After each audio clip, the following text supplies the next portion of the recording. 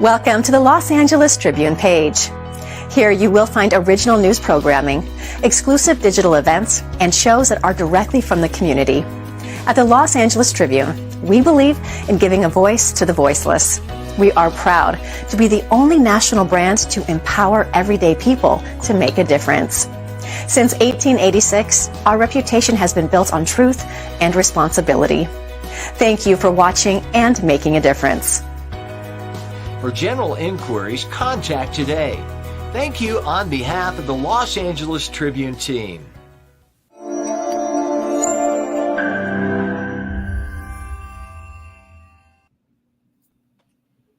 Well, we are absolutely excited to have all of you back on this second stream. Parisa, Julianne, Rex Sykes, so excited for this segment. How excited are you, and what are you anticipating from this upcoming segment, Rex? Well, I'm really excited because, Brian Tracy has spent, and that's what we're doing next, right? So Brian Tracy's coming up. But Brian Tracy has spent his life authoring and speaking and delivering value to people all around the world. And I think I first saw him in the early 90s at an event, and he spoke for hours, and it was really remarkable. So to have him here for me all these years later, again, is truly remarkable. And if you listen and you pay attention, and as Eric said, you take notes, you're going to learn a lot. How about you, Parisa? Okay, this is where I totally enjoy putting my student hat on, or being in the student role, as I kind of talked about yesterday for a bit. This is where I literally have my notebook, some clean pages ready to go, and a few fresh pens, as always, every single stream we do. And really just allowing myself to learn the same concepts, perhaps, but in a new way and applied differently. So that is definitely what I'm here for. So good. I love that. Student hat on. Mm-hmm. I love that. Julianne. Ava, here's the thing. I came from New York and I've spent a lot of time around a lot of different celebrities. I don't get fangirl about much, but I am fangirl about Brian Tracy. I am so excited and so honored to be a part of this and be in proximity to Brian Tracy. That to me is like goal check. So I'm really pumped. Absolutely. I am too. I'm with you, Julianne. I remember just like reading his books. His books are some of my very, very first exposures to personal development, and they've been very instrumental. My favorite is Eat That Frog. So wanted to ask our audience, first of all, what's your favorite Brian Tracy book? So go ahead and share it in the chat. We always say that we do this co-creating with you. You're all our co-founders in this leadership movement. So go ahead and let us know, what's your favorite Brian Tracy book? How about you, Rex? What's your favorite book? What is it? Maximum Achievement, I think, was one of mine. So good. How about you, Parisa? Definitely The Power of Self-Discipline. I mean, I'm all about discipline these days, and easily, hands down. So good. How about you, Juliette? I was thinking it was Eat That Frog, but it's like picking a favorite child. How do you pick a favorite? Each one, I'm like, yeah, that's it. Yeah, that's it. For sure. Well, I wanted to just acknowledge John, who was just with us. You could have hopped on here, John, right? He's got a question. Can we get t-shirts? Kind of like a team crew t-shirt. That's a great idea, right? We need merch. Life on Your Terms. Okay, that's most favorite book, Life on Your Terms. That's the Rex Sykes book. And John's Eat That Frog. So as we celebrate this, we're going to just put a commercial on, and when we come back, Eric Swanson is going to interview Brian Tracy. And this is so precious because, the reason Brian Tracy only, agreed to interview with Eric Swanson is because, he's appearing very, very rarely nowadays. So this is absolutely an honor for us to have this appearance from Brian Tracy. Well, we're having him back. That's the thing that people should know is we've had him on the Tribune a few years back, as you remember. Absolutely, we have. And so, but at this time, 3 years later, it's definitely, you know, a treat. So we'll be right back with Brian Tracy and Eric Swanson. Hello and welcome to the Los Angeles Tribune. Since 1886, our name has been a part of the world of journalism.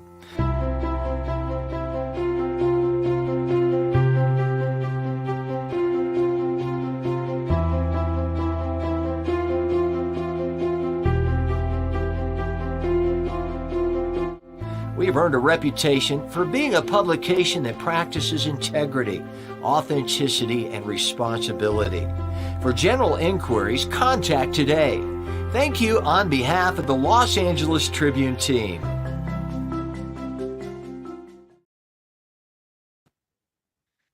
So I'm so honored to be here with the one and only, the amazing, the awesome, my main mentor in my whole life, Brian Tracy. Brian, thank you for being here. I'm so honored to be able to sit here with you and just kind of have a chat, a chat about success and helping our friends around the world grow to the next level. And I'm so welcome to this meeting, this chat. Thank you, because you and I have been on the road promoting seminars, especially on sales and personal performance. And many people have gone on to actually become millionaires as the result of the seminars that we sold them. You sold them on the back, and I delivered in the front. And they really, really work. So sometimes just one or two small ideas can transform a person's life. There's a movie called The Rock, and there's a thing going back and forth between Sean Connery and this colonel, and the Army colonel, and he said, generally said, we've shared this, we spilled the same blood in the same mud. And I always like that, the same blood in the same mud. You and I have worked really hard gotten up early in the morning, gone out, called on customers, made sales, come back, and so on. So we've done the same thing year after year. And one thing about success is it doesn't come easy. You know that song? No, it don't come easy. It's hard. How hard? It's hard. It's harder still, and it's still even harder. But the payoff and the rewards are worth the hard work. It absolutely is. And I appreciate you being here. I appreciate this. And I appreciate the fact that we decided to wear the same outfit today. This is excellent. Like minds, right? Think great. That's interesting. It's interesting. That's the way your minds work. Is without any conversation between us, we ended up dressing the same way. And black is a very good color, especially with a background like yours or mine. It's just easy to watch. That's beautiful. So let's dive right into it. You know, what I'd love to do is just have a chat with you for a few minutes here on a couple different topics. One would be leadership, of course, because we have the International Leadership Week coming up here shortly. The other, you know, people stop you on the streets.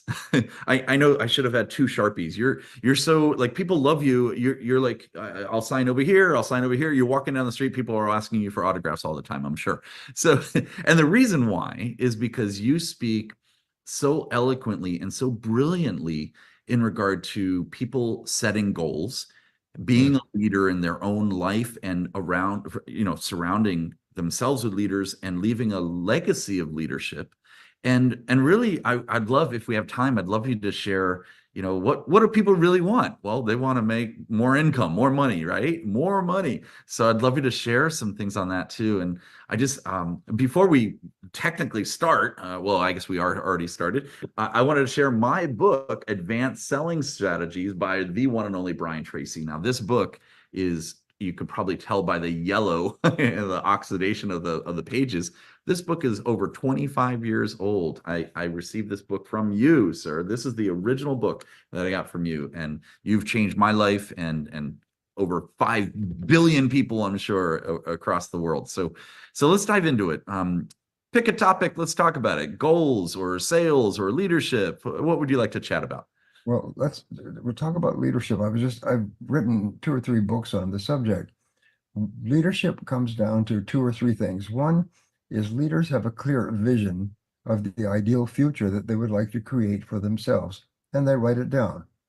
I came across a one-liner in my reading. I read 2 to 3 hours a day, so I'm constantly learning new stuff. Anyway, it said, imagine that you only had 1 year to live. If you only had 1 year to live, what would you do differently in the next 12 months? And that's I call a face slapper. That's a real interesting. What would I do differently? Or if you only have 5 years to live or 10 years, because one of those is going to come true. And what would you do if your life was perfect? And then you create a vision.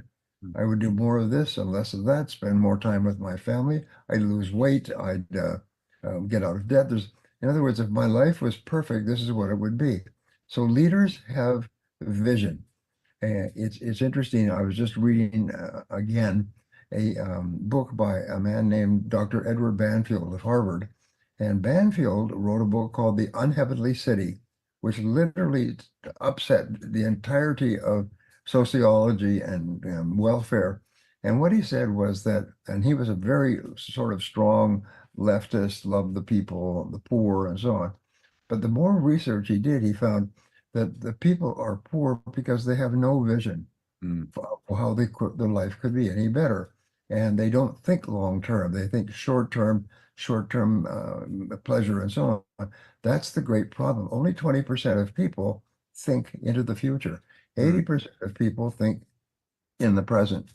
And 20% of people earn 80% of all the money paid in every industry in America. So if you want to have more money, just simply take a piece of paper and write down goals, and write down 10 goals that you'd like to accomplish in the next 12 months. We say 12 months because even though they may be longer, 12 months is something that can motivate you. It's clear. It's not like 20 years from now. So write down 10 goals, but write them in the present tense. Your subconscious and your superconscious mind, which I spend a lot of time on, can only grasp a goal that is phrased in the present tense. It can't, I will be, I will earn, and so it's I earn, I weigh, I achieve, I accomplish, I have.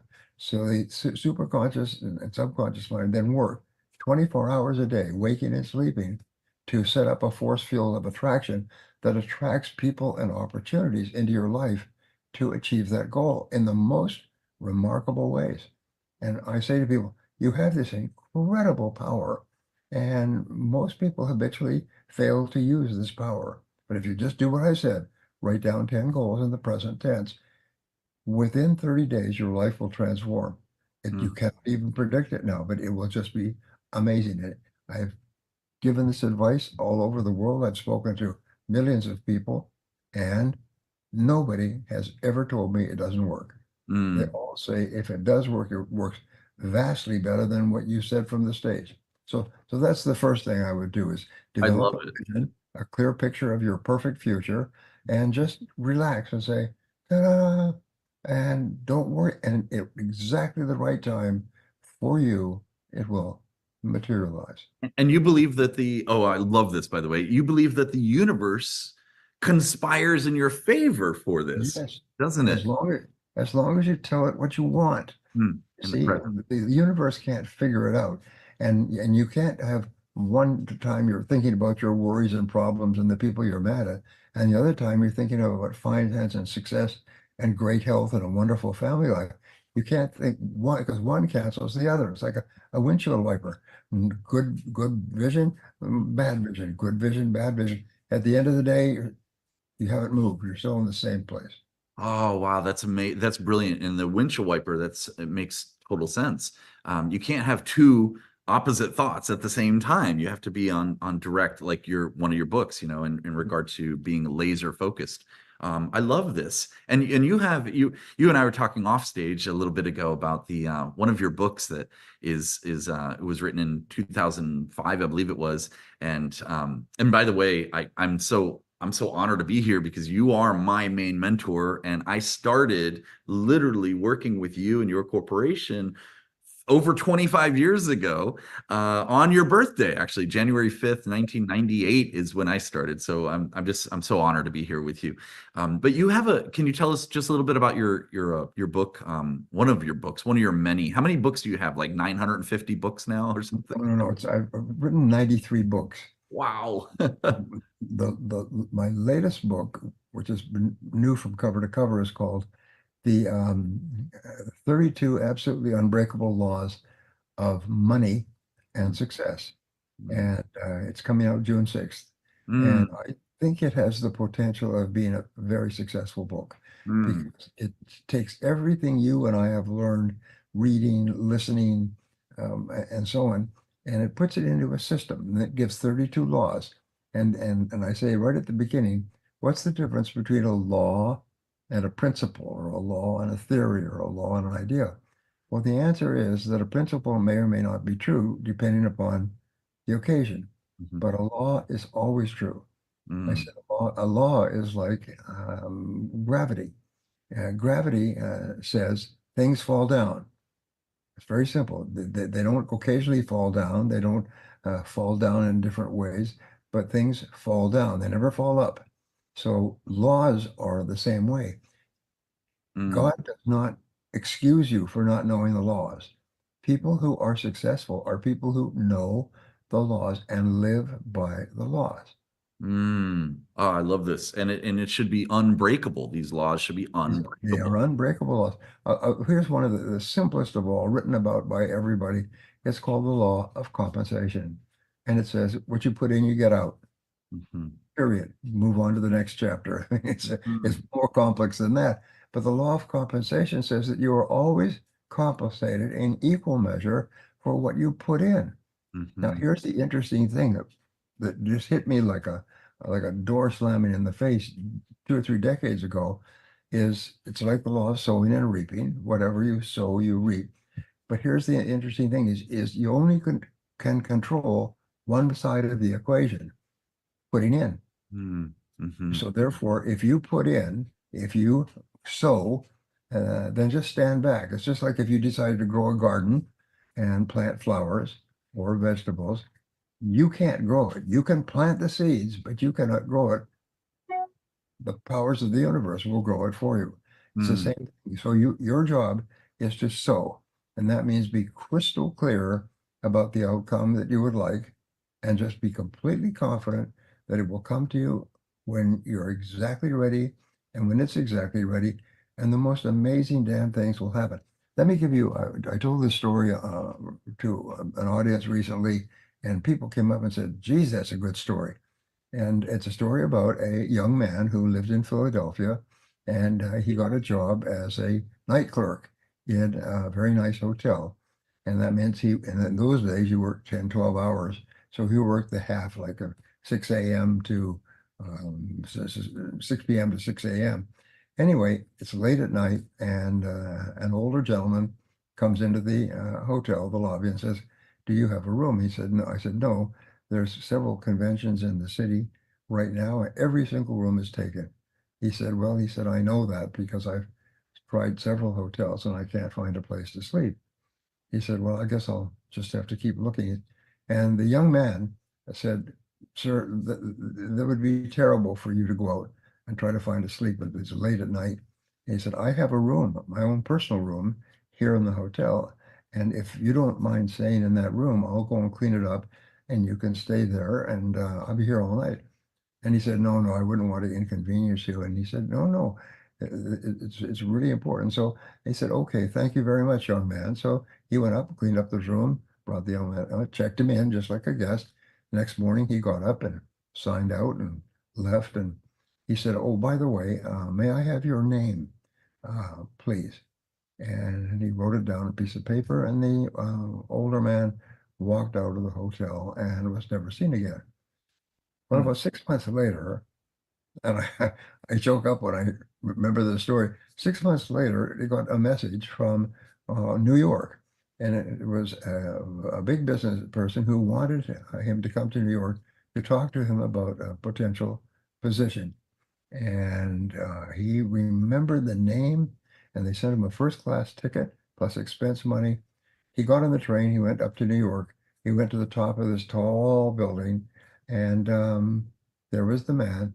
He was the old man who had come into the hotel.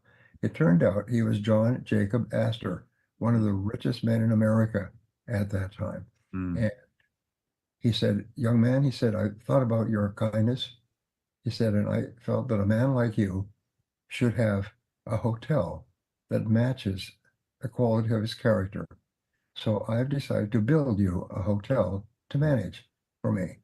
And he took him out and took him to this beautiful place. It was called the Waldorf Astoria. It Oh, was my- one of the biggest and best hotels. I stayed there in New York. And I said, but I don't know how to run a hotel like this. He said, I've hired 2 or 3 of the best hotel managers in New York to work with you and train you and teach you every part of the process of building and running a big hotel like this. And he said, well, I don't have a place to stay. He said, well, we've set aside a new suite for you so you will live in this suite in this hotel. Well, he became manager of the hotel. He became one of the best managers in the history of the hotel. He became known to all the royalty, to the top politicians in New York. And for years, he was known as the great hotelier of New York. And it all came from that gesture of kindness late at night with an old man who needed a place to sleep. Mm. And this is what happens.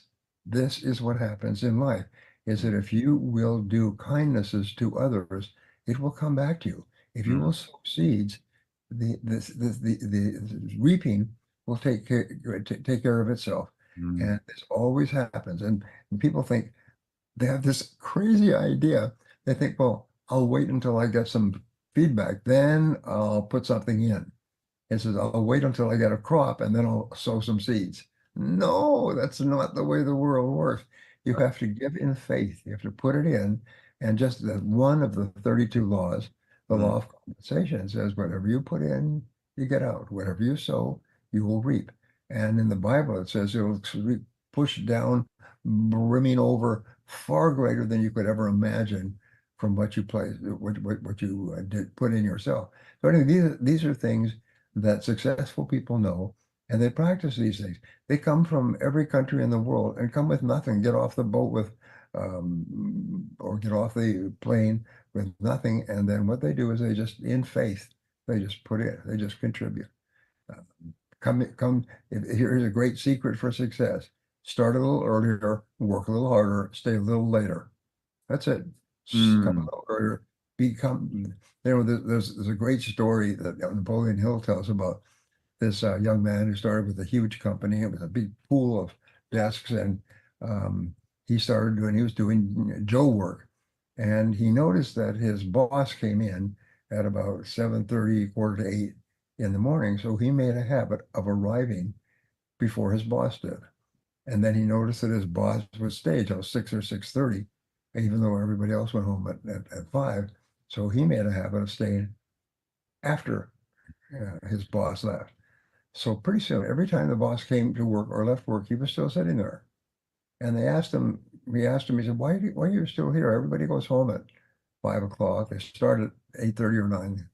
He said, well, I'm just hoping that there's be some way I could be of service to you. And I just want to be available if you need something.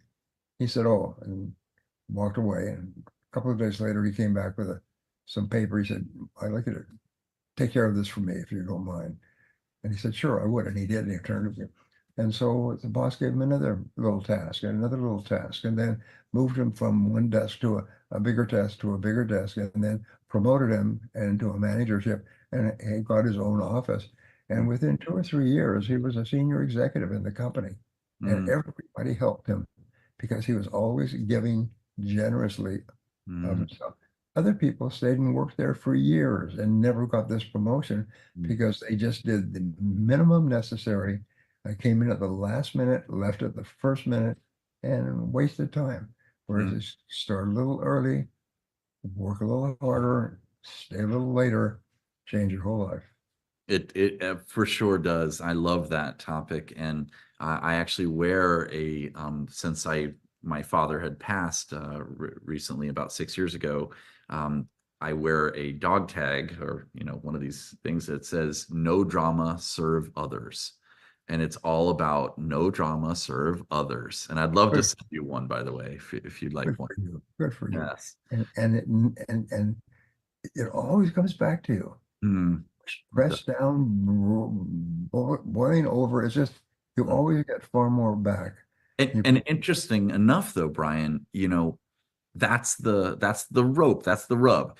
You don't do it for the return, you do it for the giving, right? That's the interesting part. So if people, because we know people around the world, they're like, oh, I'll sow and I'll reap. Okay, well, maybe they're doing it for the wrong reasons. They're looking for the reap instead of putting in the real sow, right? We want to go ahead and serve others. If you're serving others and that is your ultimate goal is to serve, then you will reap the beautiful benefits, of course. Would you agree with that? Well, there's a part of my book that I just finished, my goals book, third edition, and it's a story about the homing pigeon. Mm. I'm sure you remember this, but the homing pigeon is a remarkable bird. You could take this bird and you could take it out of its hutch, and you could put it in a cage and put the cage in a box and put the box under a blanket and put the box and the blanket in the cage and put it in the back of a truck and drive it 1,000 miles in any direction. And then take it up and open it up and open it up and open it up and throw the bird up in the air. The bird will rise up to 100 or 200 feet, go in circles, and then will go all the way back 1,000 miles to its hutch, its home hutch. It has this incredible cybernetic goal-seeking mechanism in its brain that will lead it unerringly back to the hutch that it was taken out of. Now, the point that I make in the movie is that you are the only other creature in the universe that has this cybernetic goal-seeking function. And the difference between you and the bird is that the bird will find exactly its home hutch, but you don't need to know where it is. All you need to do is be clear about the goal. If you're clear about the goal, then you will unerringly fly to that goal. You will run into the goal in ways that you cannot now imagine. But the critical thing is don't worry about getting out, just put in. And in my second chapter of my book, it's called The Power of the Superconscious Mind. It explains how this incredible power that you have will lead you unerringly to achieving a goal as long as you are clear about the goal.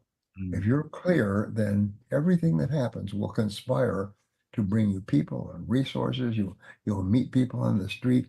I wrote a book some years ago called The Luck Factor, and I always do exhaustive research and looked all the research that's been done on luck.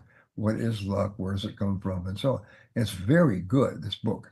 And what I've found is that luck comes from a whole series of different things. But one of the ones that I remembered and I wrote into my book was luck often comes from a chance meeting with a stranger. Those are the words. And I thought, wow. And what it said is that you may be standing at a bus stop and chatting with somebody. You may go to a party, you may meet some friends and so on. And during that conversation, a piece of information will pop out. And that piece of information will save you 5 years of hard work to get to your goals. And always remember the chance meeting with a stranger. So what you have to do is when you're clear about your goal, recognize that the goal is almost like a person running through a crowd. The goal is trying to get to you. And the goal will come, it will get to you in the most remarkable ways. For example, I'm writing another book now, and I said I've got to do a lot of research because this is a very complex subject. And then I read in the Wall Street Journal today a complete article done in depth on this entire subject, the people, the influences, the money, the cost, everything that I would need to sound like I'm really intelligent is all in this article in the Wall Street Journal. But I wouldn't even have noticed the article if I hadn't been clear that this is a subject that I want to write on. which I've been thinking about the last couple of weeks. And there it is. All I'd have to do now with the internet is go, I can pull out all the reference necessary. And that's all I really need, is just to be able to sound intelligent. That here's the key people in this industry, and here's the reason they got into it, and here's how much it pays, and here's what you can do, and so on. It was just so amazing, but I would never have seen the article, or probably the article never have appeared, if I hadn't been clear that I wanted to write a book on this subject. And that's your talking to. RAS. That's the reticular activating system working in your brain to, Yes, because yes, it's top of mind awareness. yes, the reticular activating system, and it works all the time. And people say to me, it's so funny. They say, yeah, but what if it doesn't work? I say, well, it doesn't cost anything. So the real question is, what if it does work? Right. What if this guy, Brian Tracy and Eric Swanson, these guys are not dumb. They've been studying the subject forever, and they're quite convinced that it works. So why not give it a chance?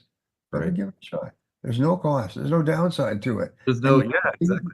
80% of people will talk themselves right out of doing it. That's right. It reminds me, and I would say this tongue in cheek, of course. If somebody asks me, well, what if it doesn't work? I would answer, it works. You might not be working. That's right. I absolutely love your, I'm going back to first working with you and learning from you, and every day I would sit there. I studied a book and it said study more, and I said, okay, I'm going to do that. I keep on learning and growing, and I love all of your stories. And there's one thing I want to touch on, but before I do that, I wanted to mention that I absolutely love your story of goals with and responsibility and taking responsibility. Oli and Sven, the story of them hunting, and they get the deer, and they're walking back, for miles, and then they're like, "Whoa, we're getting further." Oh my gosh, it's beautiful. You want to share that story real quick? Okay, well, it's story of Oli and Sven, Yes. and they're out hunting, and they shoot a deer, and they're dragging the deer back to the truck, and I'm just trying to think of what it says. And then Oli says to Sven, he said, "Sven, finish the story for me." Because Sure, I got it. I know it by heart. Okay, so they're walking back.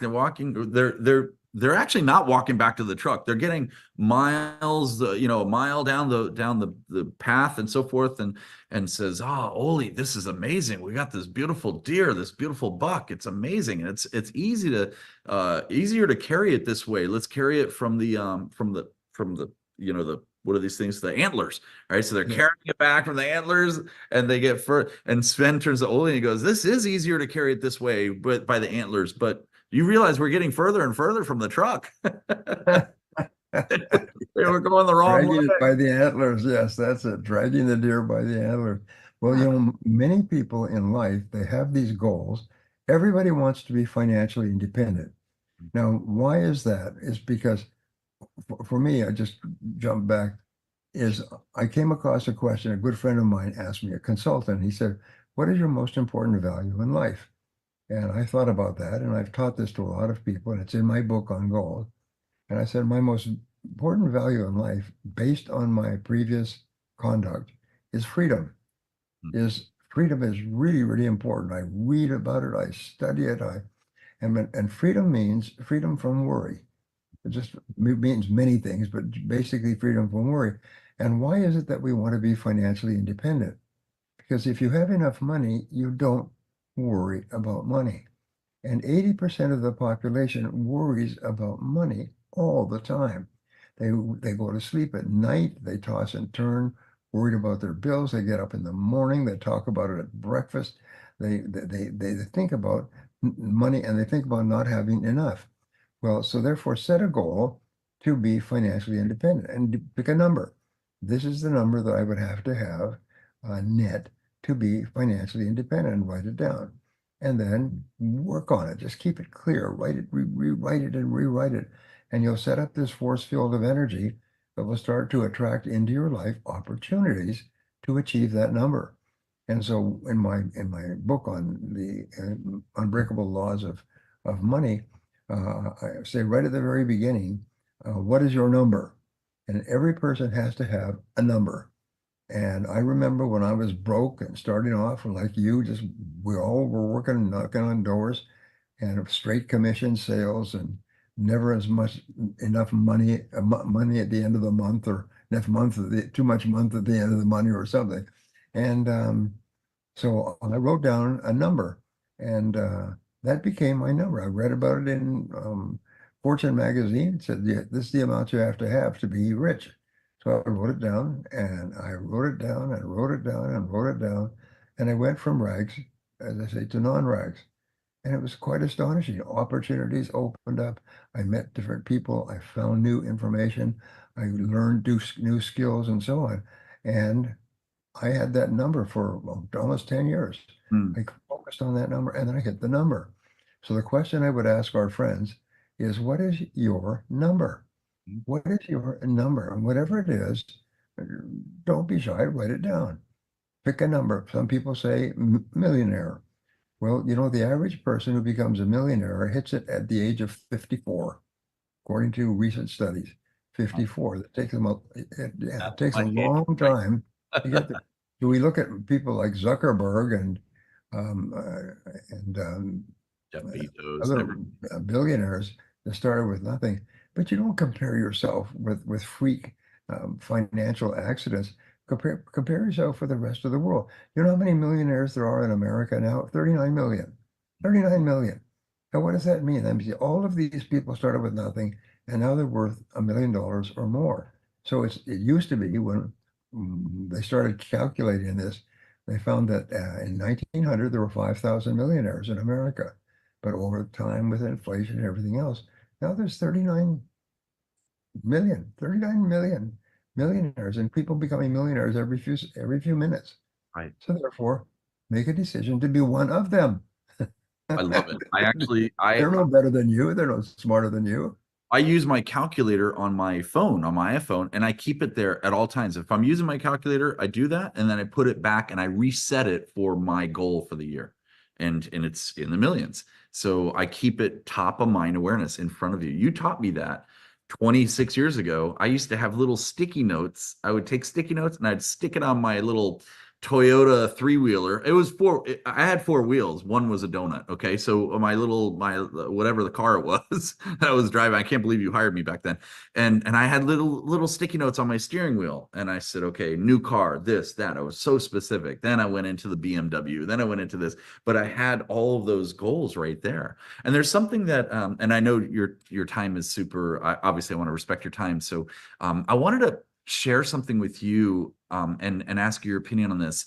So you changed my life, Brian. Years and years ago, you changed the trajectory of my life by one phrase. And this one phrase is something that you teach so many people in seminars and events. And I actually just noticed, I won't go off camera, but down there I've got the CD set that you would unzipper and open it up in the success course that you came out with back in the 90s, I think it was. There's one phrase that you shared with me, you personally shared it with me, and it changed the trajectory of my life. And it is, I am responsible. Yes. Can you share with the people today, our friends watching this and listening, and people who are saying, and people who are looking up to you? I mean, there may be some new people coming in as entrepreneurs and speakers and coaches and all these different things, and they're looking at you saying, well, he's an expert. I need to learn from this living legend. How important is it as a leader to gain responsibility of your own life and take responsibility? Well, I stumbled over this concept of responsibility many years ago, and I spent about 4,000 hours studying the subject, all the different books and articles and psychological treatises on the subject. And I had this incredible revelation, it never changed, is that the number one goal of all human beings and the number one aim of all human action, going back to Aristotle in 350 BC, is to be happy. They call it the primum movum. The first moving, driving factor of all people is to be happy. Everything that we do is an attempt to be happier than we were. Nobody does anything that will make them less happy.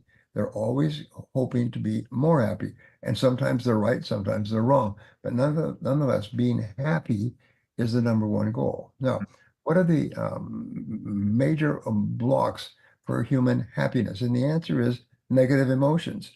Negative emotions are emotions that are generated for a variety of reasons that people hold, and it makes them angry and it makes them unhappy. It makes them depressed. It affects their relationships.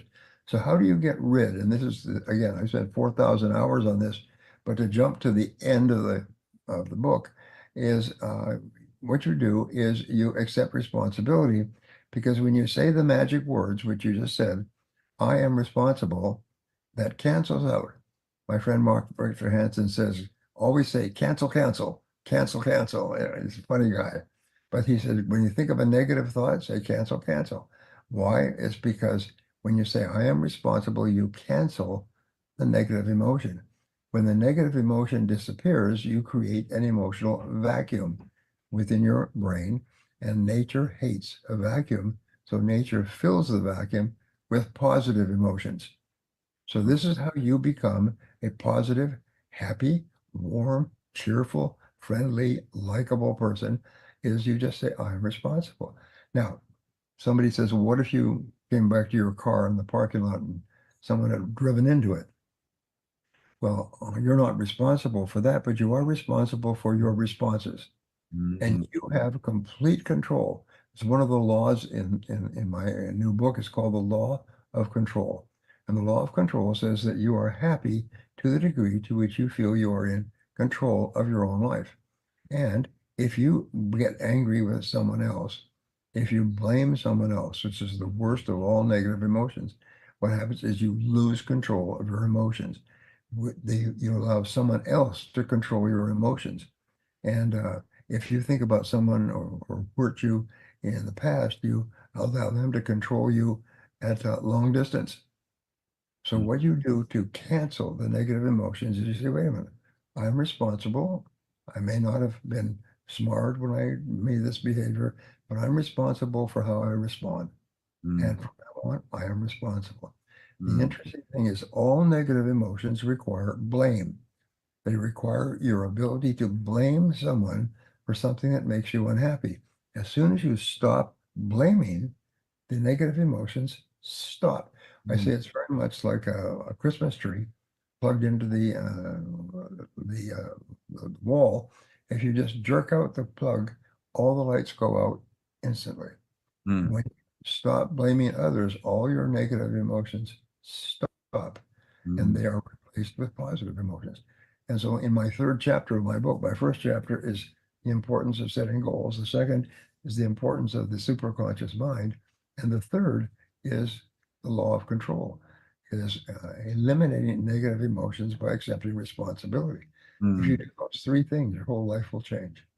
Well, you've absolutely changed my life. I absolutely love taking full control. I love that. And it reminds me also, I studied a lot of Wayne Dyer, and I know you were friends with Wayne, and you would visit him in Hawaii, I believe, a lot. And it just reminds me of Wayne saying, like, take full responsibility, full control of your mindset. Don't say, well, he affected me or he made me upset. Well, no, you allowed yourself to get upset because of his actions. So I love what you said there. We have an amazing special surprise for you. Do we have time for one more quick story about, based on your time, of course? I have about 9 more hours, so based on your time, sir. Do you want to share just a touch on why people want more money, right? Could you share just a touch on that? I know you have a new philosophy that you're sharing around the world. It might not be a new philosophy, but it's new to a lot of people. Would you like to share that? Well, it goes back to our discussion about happiness, Eric, is that what causes an enormous amount of unhappiness is money worries. And it's never worried about having too much. It's always too little. So therefore, you need to set a clear goal and say, this is my financial goal. When I have this amount of money, I can stop worrying. And everybody who does that does it. So therefore, you say, this is my number. This is the amount of money I want to be worth at a certain date, and then you just work toward it and you discuss it with your spouse and you think about it and you write it down and you look for opportunities and look and develop the habit of saving your money. So you start to accumulate it. And at a certain point, as you did, at a certain point, you cross the line and all the stress of worrying about money just evaporates. Mhm. And you still think about it and you're still intelligent because intelligent people think about money and think about having more of it, but you don't become stressed out over it and you don't become angry. The joke is you can go to a restaurant and order without looking at the right-hand column to see how hungry you are. It's the same thing. And it's just absolutely. You have an equation, to interrupt you real quick. You have an equation that's MMS equals SMS, I believe. Would you like to share that real quick? Well, yeah, what we say is MMM means make more money. And everybody recognizes that if you make more money, then you have greater freedom. You can do things or not do things. You can provide for the most important people in your lives and so on. But SMS means sell more stuff. And most of the people listening to us, Eric, are entrepreneurs. Entrepreneurs are people who are responsible for earning more money. And the way that you earn more money is you sell something and you sell more and more. So I have so many good friends who say to me, I was on the Zoom like this 2 or 3 weeks ago with one of my business clients. He's got 36 offices. He started off at the bottom of the bottom, and he was in trouble financially, and he just getting by. And he decided to set a number and to learn how to sell well. And I say this, learn how to sell well. Why don't people sell well? Well, they're shy, they're afraid of rejection and so on. But you can get over that. It's just like being overweight. You can work it off. And the way that you overcome any fear is you do the thing you fear over and over again until the fear just eventually disappears. So we began to study my program, the Advanced Selling Strategies, plus my Psychology of Selling audio program, which is, according to the research, I told him, I said, that more salespeople have become millionaires by listening to and applying Psychology of Selling than any other single sales influence, according to the research. He said, well, that would explain my situation. He said, because I was broke when I began listening to it. I listened to it over and over again. He said, today I'm very much a millionaire. He said, I've got 36 people working and generating overrides and commissions for me. He said, I've never had so much money in my whole life. He said, it was just by learning how to sell well. So one of the skills that you have to have is the ability to persuade and influence others. And I was thinking last night about a business opportunity that's come my way, which they always do. And I was thinking that the most important part of this is to learn how to help people achieve their goals with your product or service. So don't have to feel guilty or uneasy because you're selling something. What you're doing is you're looking for people who can benefit far more than the cost of your product or service. And so one of the things I started teaching, by the way, if you're in sales, is a philosophy called free plus a profit. Free plus a profit. When I used to sell audio programs from the stage, and I sold actually millions of dollars worth of audio and CDs and so on. And so I could give a presentation of all my programs, and I say, now, by the way, today we have a special deal for you. Is they're all free. And people were, yeah. I said, no, it's a special kind of free. So let me explain that to you. And they all go, oh, average of 1,000, 2,000 people. I said, well, let me explain. Here's my guarantee. You can take these programs, listen to them, look at them, try them out. And if for any reason they don't more than pay for themselves, based on your estimation, you can give them back. And I used to give a 30-day guarantee, then a 90-day guarantee, and then a 1-year guarantee. And then I read a study that said the longer the guarantee, the lower the return rate. So I gave lifetime guarantees. I still do. Lifetime guarantee on my programs. And I get 1 in 400 back. We track them because people use them. They're really valuable and they more than pay for it. So I said they're free in that they more than pay for themselves plus a profit because they continue to pay over and over again. And people say, geez, and they get up and they storm the Yeah. tape tables Oh, yeah. with their credit cards in their hand. I mean, you Oh, really I remember. I was back there going deflecting everybody. I'm like, all right, come over this way. I remember Brian, I'm going back to 20 years, 25 years ago, 20 years ago, 15 years ago. Thousands of people in the audience, and you shared you how do I say this? You're okay. People ask me sometimes, they're like, well, is Brian a motivational speaker or is he, what kind of speaker is he? I said, he's motivated. You're going to love his stories. You're going to love his motivation. But here's when I walk through a seminar of yours and you're on the stage and there's 1,000, 2,000 people in the audience, you're only going to see the tops of the heads of the people and their pens. Okay. Because they're writing so much content down for the time that they're with you. You give so much brilliant content that they can't write fast enough. And I love what you also said, and again, this has changed my life, is look, we all have a product or service, right? Clearly one of those two. And we all love our product and service. And some of us influence people to realize how much this product and service is great, and it's going to change your life and so forth. But one little tiny thing that you had mentioned, I mean, it's little, it's a simple technique, yet it changes people's lives, is selling is a transfer of enthusiasm, is what you always used to instill in me. And I absolutely took that to heart. I'm saying to myself, okay, well, I love my product. They should love my product. I'll share with them how, and I'll add just a little tiny, I want you to take advantage of this. I would like you personally to do this.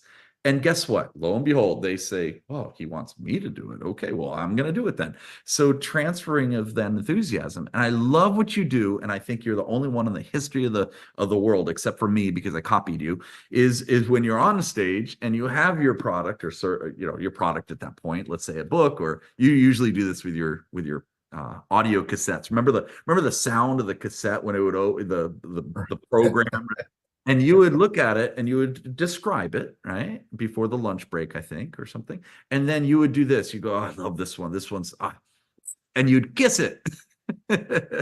You'd kiss it on stage. And that was so profound because if you think about it, I mean, really dissect that. You love your product, of course. So, it's not something, conceited or anything. You're like, this is one of my babies. But what it does is it allows the audience, whoever's in front of you, to realize this is powerful, right? So would you agree that people should love their products even more than they do right now and share that with the world? Well, I remember a gentleman came up to me at one of my seminars and he said, I need some advice. And I said, what is the advice? And he said, I really like my product. He said, I'm really good at what I do. I'm the top person in my company. He said, but I don't like the people I sell it to. What should I do? And I said, find another product. Find something where you really like your customers because they can sense it, and sell only to people that you like and sell only products and services that you like so that the whole selling process makes you happy all the time. And he wrote to me later, he said he did change his life. He doubled his income. He said he didn't realize that you have to emotionally care about the people that you're selling to. This is an important transaction. Sometimes it can change people's lives. And so make sure that you're happy when you get it home at the end of the day. You're happy that you were able to sell as much of your product to as many people as possible. And the people are happy that they bought it. They're happy they spent the countless thousands of dollars for whatever it is because they are getting so much in return. I absolutely love that. I could go One of the on. most important things is guarantees. And I have come to this over the years, is that when you give a guarantee, I read a really wonderful way to give a guarantee. You say, by the way, we guarantee your satisfaction. If for any reason you're not happy with this, after you used it and tried it, and give it back, and we'll give you your money back, no questions asked. He says, and not only that, we insist that you give it back to us so that we can refund your money. We insist that we stand behind it, and you should not keep the product unless you are delighted with the product. I mean, you adamantly insist that they give the product back if they're not happy, and they go, oh, and you've seen me do this in front of 1,000 people, is we insist that you give it back, and they go, wow. And very few people do, because what we're selling is good. I mean, it's been sorted out over the years at the market. The market swears, and people like that gentleman I was telling you about, he said that made me a millionaire. That program made me a millionaire. So just listen to it over and over, and it's now in 30 languages. Everybody who listens to it all over the world, Chinese, Indian, German, Russian, and so on, they're very successful. They're just amazed. Even in translation, it works well. I think we need to get Oli and Sven a copy of it, though. So, well, Brian, this has been amazing. I could, chat with you for hours upon hours. I love you. You're amazing. You've changed my life personally. You've changed my life. So I want you to know that. And I'm so thrilled and honored to be able to present you with something very important. As you know, leadership. It's International Leadership Week coming up this month coming up here, and I'm just thrilled. Habitude Warrior is thrilled. Speaker Hearts, myself. We are all thrilled to be able to present you with something actually on behalf of the Los Angeles Tribune and Mo Rock, who is the CEO of the Los Angeles Tribune. We would love to. I'm honored actually to present you with the Lifetime Achievement Award to Brian Tracy, officially awarded by the Los Angeles Tribune, and Mo Rock, the CEO of Los Angeles Tribune. So, Brian, congratulations. We are so excited and honored and proud to be able to present you with the Lifetime Achievement Award. Would you like to say a few words? So I want to thank Mo Rock and the Los Angeles Tribune. He's a great executive, and it's a wonderful newspaper. I read it whenever I'm in Los Angeles. So it's a real honor to receive this award from you guys. It just makes me feel that it justifies all the hard work that I've done in the past. And if I could just leave one little message, is that no matter what you have accomplished up to now, it's only a hint of what is truly possible for you. Reading the Tribune, reading books, listening to audio programs. When I was producing audio programs, they were with Nightingale Conant, and Nightingale Conant eventually passed on audio listening to Audible. And Audible, now you can get any audio program in the world in multiple languages from Audible, and you can download them and listen to them sometimes in just a few seconds. It's the most amazing darn thing. And more people now are listening to audio programs, because you can get some of the best thinking in the history of the world. We're going back to Socrates and Aristotle and the great Greek philosophers, the Stoics. And so therefore, keep learning. Keep your mind open. Keep it open at the top so that new information comes in, because sometimes you'll have all this information and then one additional piece will change your life. Additional piece will change your life. There's a favorite story of mine with regard to additional information. Once upon a time, and my father worked with this man in London, by the way, at a place called the Chelsea Arts Club, which was a gentleman's club with billiard tables and so on. Anyway, his name was Alexander, and Alexander Fleming was a scientist, and he was doing research in the lab, and he had prepared an experiment, and then they all went out for lunch and came back, and somehow some kind of moss or something had flown and onto his experiments and killed all of the petri dishes, the stuff in the petri dishes.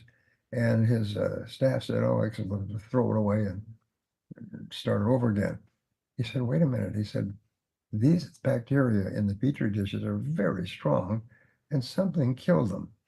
And what was it?" So instead of looking at this problem, he looked in a completely other direction. And he found on the other side of the lab, there's an experiment going on, and they're experimenting with a, I don't know what you call it, it kills bacteria, but it was called penicillin. Mhm. And these penicillin flakes had flown and landed on his petri dishes and killed the bacteria. And so he began to study this penicillin, and he discovered penicillin, and he began to work with it. And finally, he found a way to mass produce it, because that was very, very hard. And this is in the mid 30s. And then World War II came along, and he was able to, very complicated, but find a way to mass produce penicillin. They say that his penicillin saved more than 2 million lives in the next few years, because so many people were dying of infection in World War I and World War II. And this discovery of penicillin, even today, has saved millions and millions of lives. And it was because instead of looking at the death of his experiment, he looked on the other side of the laboratory to find out what had caused death. The reason I tell that story is that very often you will have a setback. People will go bankrupt. You know, self-made millionaires have been bankrupt an average of 2.2 times. They lost everything and started with nothing. Sometimes they started in a new country. Sometimes they started in a new industry. Sometimes everything was going great, like .com to .bomb. They all lost everything. But what they did is they said, "And what can I learn from this that will help me to be more successful in the future?" And to keep asking, what can I learn from this? Why did this happen? Assume that there is a great spirit that's conspiring to make you successful and happy. And everything that happens is part of the process of moving you toward your great success and moving your great success toward you. So be almost like a child listening to fairy tales and think, "I wonder what the blessing is in this unexpected event or unexpected reversal." And surprise, you'll always find something good. Mm. Best of it will be the way that you think. You'll always be positive, you'll always be constructive, you'll always be creative, and you'll always be finding things. And sometimes they call it iterations. It's not the first thing, but the second thing or the third thing. It may be the fifth or sixth iteration that is the breakthrough that changes your life. Sir Alexander Fleming was a great story, but he was a really intelligent guy. But what made him Nobel Prize winner, one of the most successful scientists in the history of man, was just noticing that his experiment was killed by something on the other side of the lab. Whereas most other people, including his staff, would just throw it away. What he did is he just studied it and said, "This is the most important event, that it killed the bacteria in my petri dishes. What could it possibly have been?" So whatever difficulty our friends are facing today, imagine it's been sent to you as a gift. Mm. And as a gift, it contains within it something valuable and precious. And it's not at the surface. You have to maybe dig deeper and deeper. And almost always you will find it. And it could take you years of hard work in getting to the same place. Amazing. And you, my friend, Brian Tracy, are very similar to Alexander Fleming and finding penicillin and changing countless lives. You have saved countless lives as well with your I mean, your Lifetime Achievement Award says that you're leaving a legacy for the world. And how many millionaires and billionaires have you created around the world from your studies? So my hat's off. I should have worn a hat. My hat is off to you, sir. I congratulate you. I'm honored to call you my main mentor in my life. I remember when I was bringing you on to one of our Habitude Warrior stages, and it was in San Diego, I believe, 5 years ago or so. And we had a introduction video or something, intro, and the tech department, something went wrong.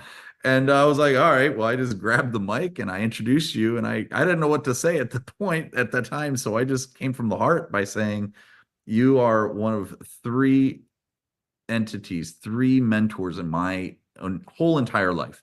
One is my father, the other one is God, and the other one is you. So you are my main mentor, and I appreciate you wholeheartedly. I can't think of any other recipient to better to reward than you, sir. And my hat's off to you, sir. Thank you, my friend. Thank you. Absolutely.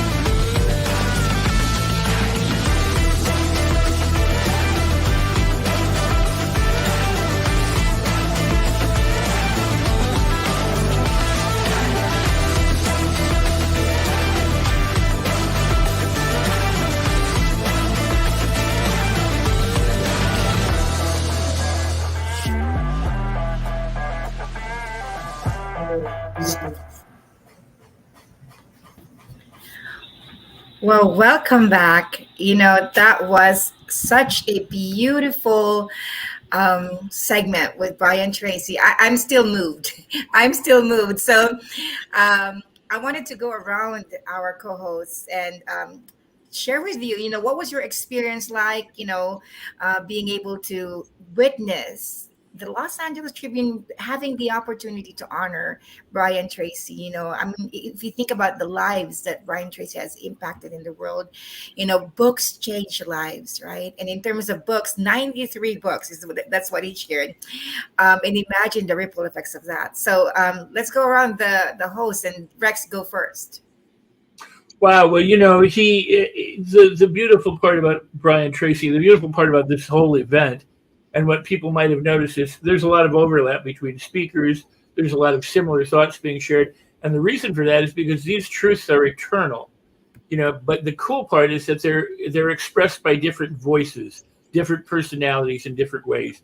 And Brian Tracy has that remarkable way of weaving some magic and telling some stories that captivates your heart and your imagination so that you can begin to transform your life. And that's what is wonderful about that. And then having the opportunity to present him with a Lifetime Achievement Award for all of his lifetime achievements is a fantastic thing. And kudos to Eric Swanson. So thank you, Eric. What a beautiful interview. Really powerful. Parisa Rose, please. One thing that I really enjoyed and took away is his storytelling style. The warmth of his voice, but also the way he was animated at certain times. And that for me really allowed his stories to land. And what was in those stories was such wisdom and so many nuggets and so many things that became so clear to how to apply them. And I definitely took all my notes, like I mentioned that I was going to before. And I think really just his point of really connecting with the person or the people you're selling to. It's not even just because it goes beyond the sale. It's who are you speaking to? How are you speaking to them? How much are you caring about that? And are you emotionally connecting to that? I thought that was really powerful. I really loved that. Really, really powerful. Thank you, Parisa, for that. Dagmar. Well, Ava, I have to tell you, I am just awestruck with how gentle Brian is in his delivery, and yet there's so much power and inspiration and wisdom in everything that he shares. So for me, I just got chills when he said there is a great spirit flowing through you that moves you towards success. So the way we approach our challenges and difficulties, and what is the nature of breakthrough? Can we keep going, extract the treasure of it, and remember that ultimately everything will lead us to that greater version of ourselves? It was phenomenal. That's so good, Dagmar. I want to put a pin on that. We're gonna go back to that topic. Julianne, what are your thoughts? You know, there's this idea in today's society that we sort of throw out people that are older and more mature. And there's something that is so timeless about Brian Tracy that just transcends age. And it's just this level of curiosity that keeps him so young at heart and in mind. And I am so in awe of not only what he teaches, but how he shows up in the world still, and how he's an inspiration just by being. And I'm so excited that he received the award. Much deserved, very much deserved. And I'm excited to read his new book. For sure, me too. So, folks, going back to what Dagmar said, the breakthrough, we could not make this up. All of LA Leadership Week has just, really the flow of synchronicity that happens from one panel to the other speaker is just flawless. And this is another one of those synchronicities, because there was something that Brian said a while ago when he said that about the penicillin, remember? And he said that, find, see the blessing in your situation until you find the breakthrough. Dig until you find the breakthrough. And maybe your challenge, maybe your pain is a calling for a breakthrough, right? Like, what did you take away from that thought? Let me start with you, Dagmar, because that's what you picked too. Well, first of all, since my last name is Fleming, I absolutely love the story of penicillin developer, right?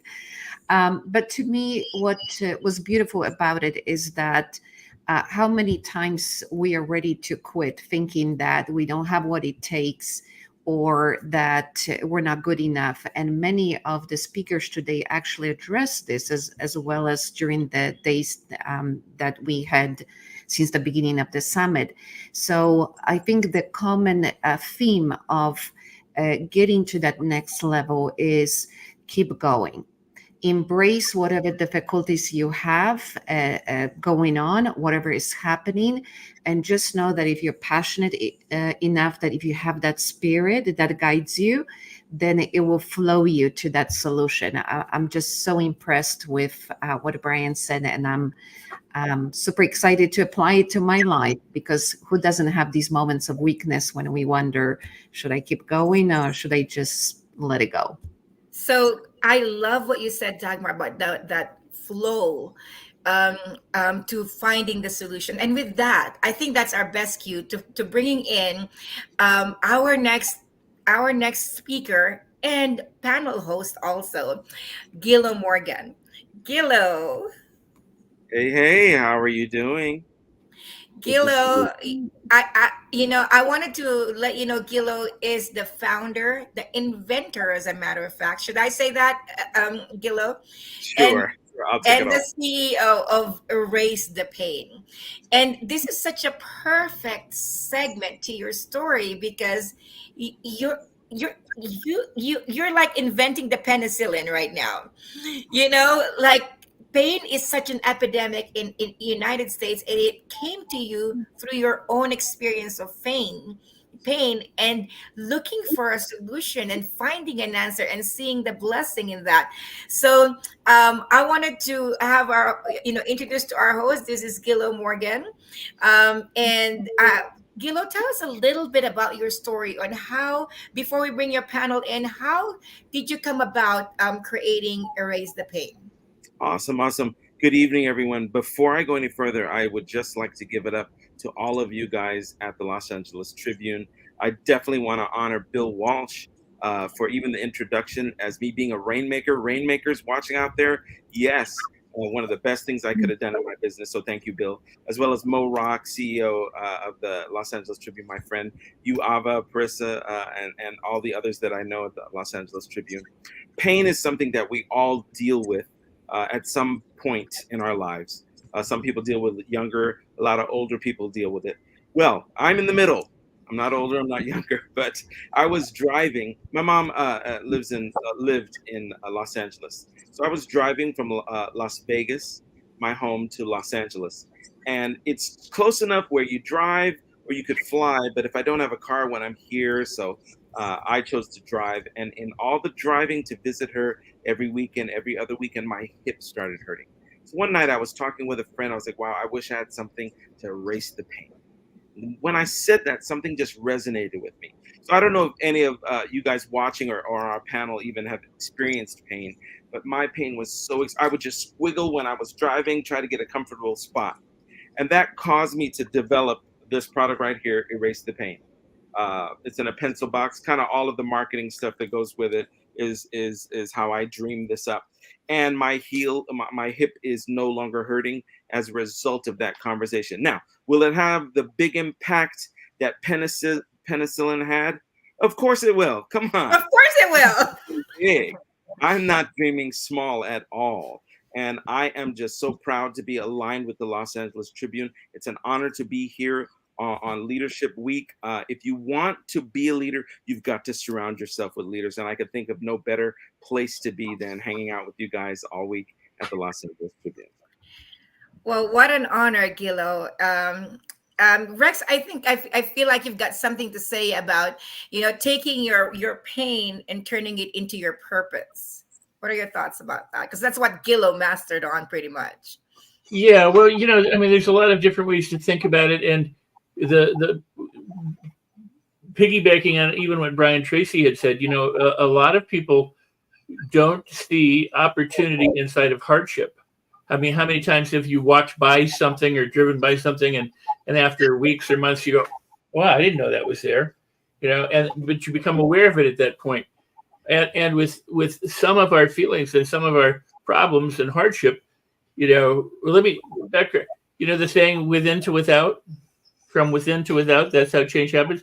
Well, sometimes we have to look within our problems and our hardships, or we have to look within our pain so that we can release things and understand what the mechanism, the purpose for these is to help us move forward.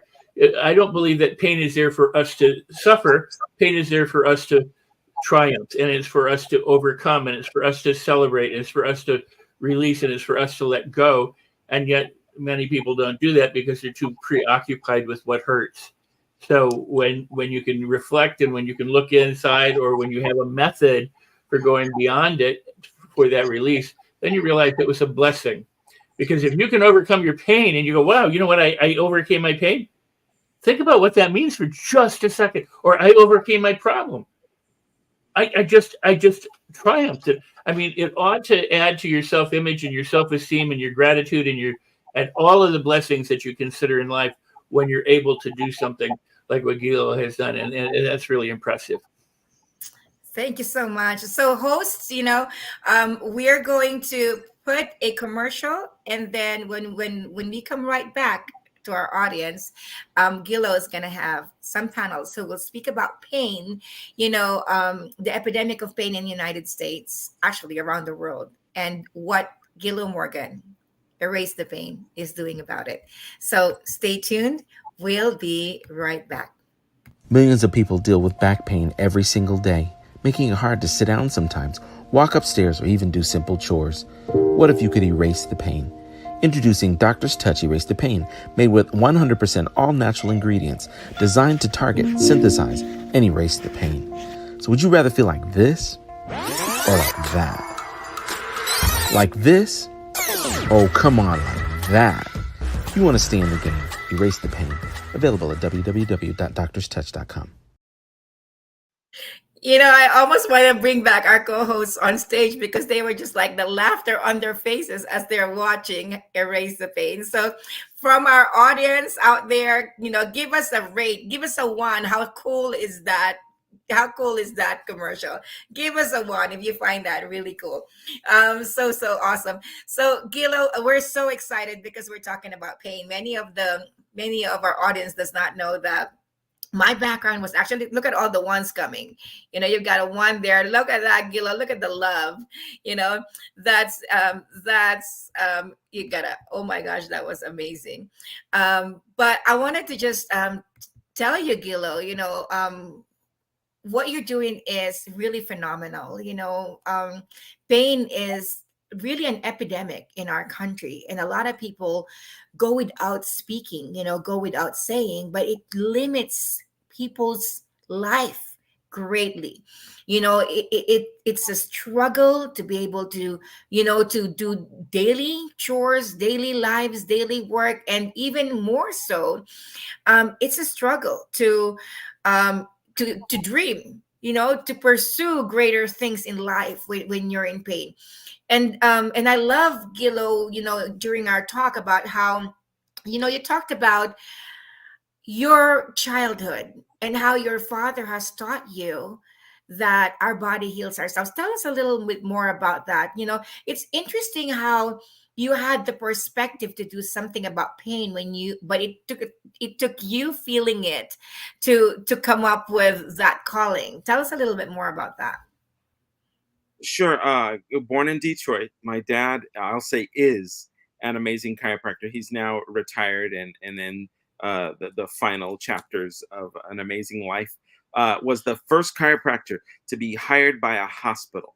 That right there speaks volumes, because that profession and the medical profession, chiropractic and the medical profession, do not mix. They do not commingle.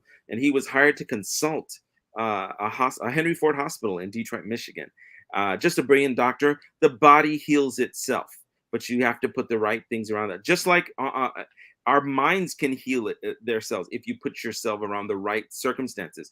If you are around millionaires, you will become a millionaire. If you're around positive people, you will be a positive person.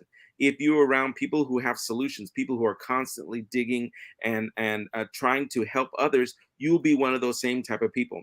And that was my dad, natural medicine. He had a moniker, 7 visits and you were healed. He did not like to keep patients on and on, 20 visits. He wasn't like that.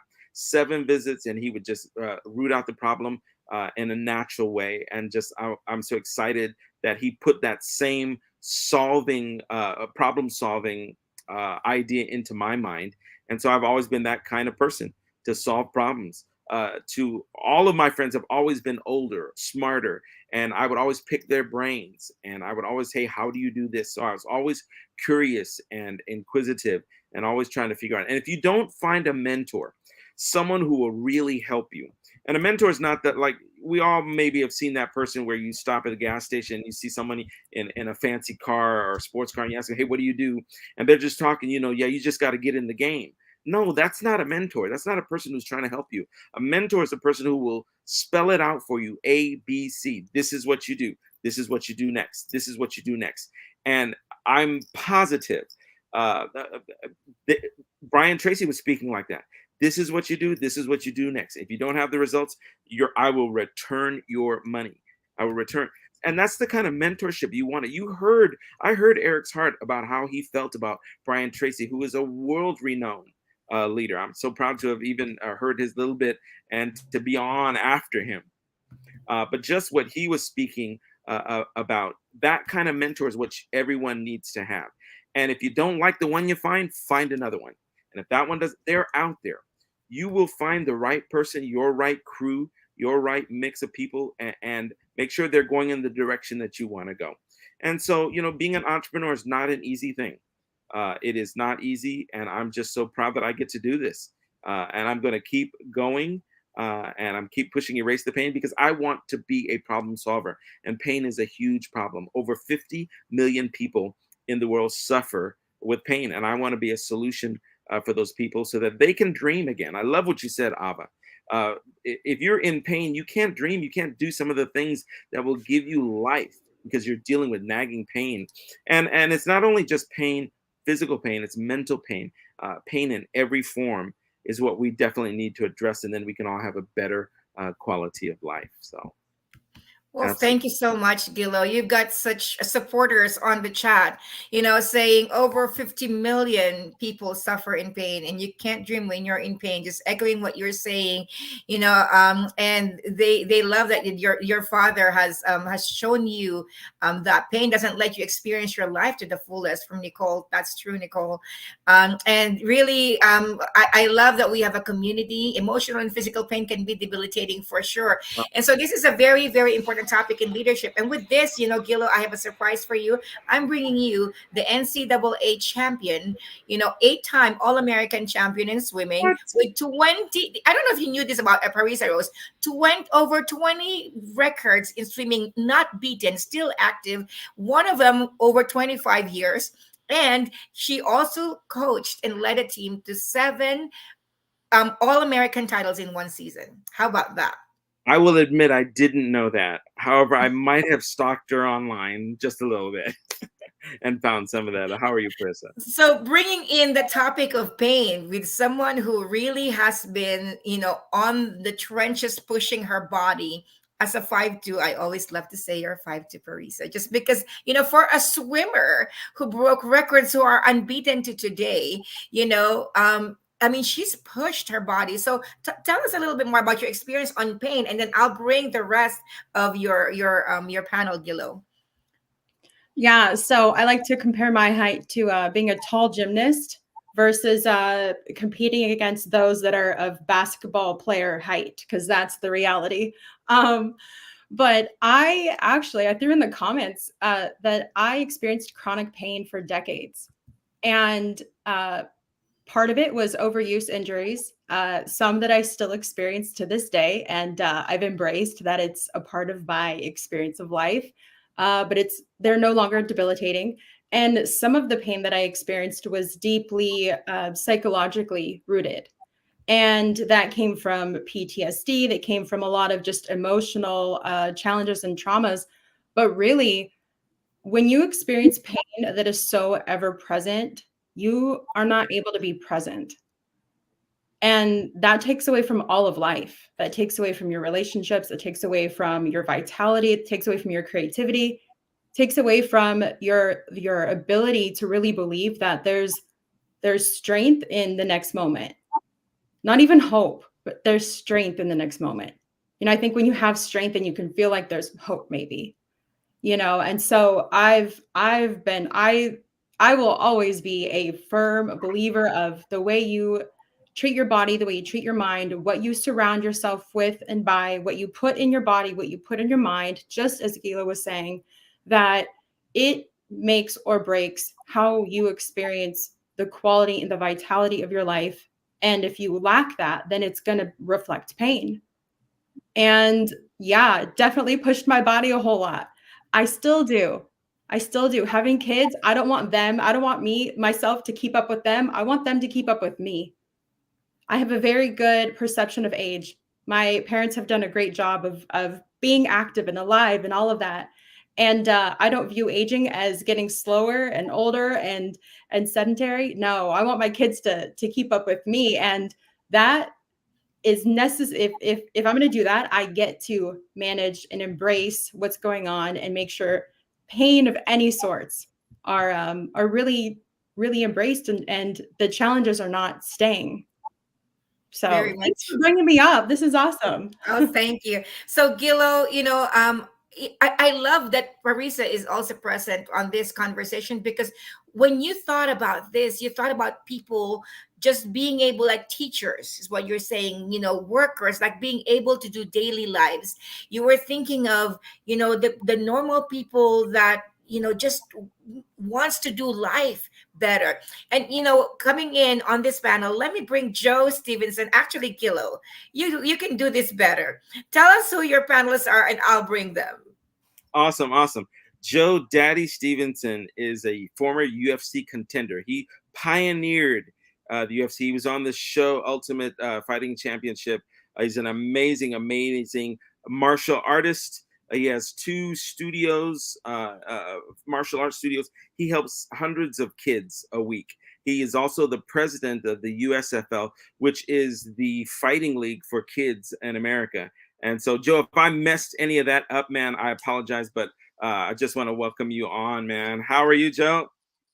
I'm doing amazing, Gilo. I was actually at a wrestling tournament today, so my voice is a little scrappy. I was yelling at some kids that were doing Well, amazing. if your voice wasn't, then we wouldn't believe that you're a coach and that you do some of the stuff that you do, man. Can you just tell us a little bit, Joe, about you're the president of the USFL, what that organization is, and some of the things that you're doing to help others? Would love to hear that. Um, the USFL is the sanctioning body in the state of California for youth mixed martial arts.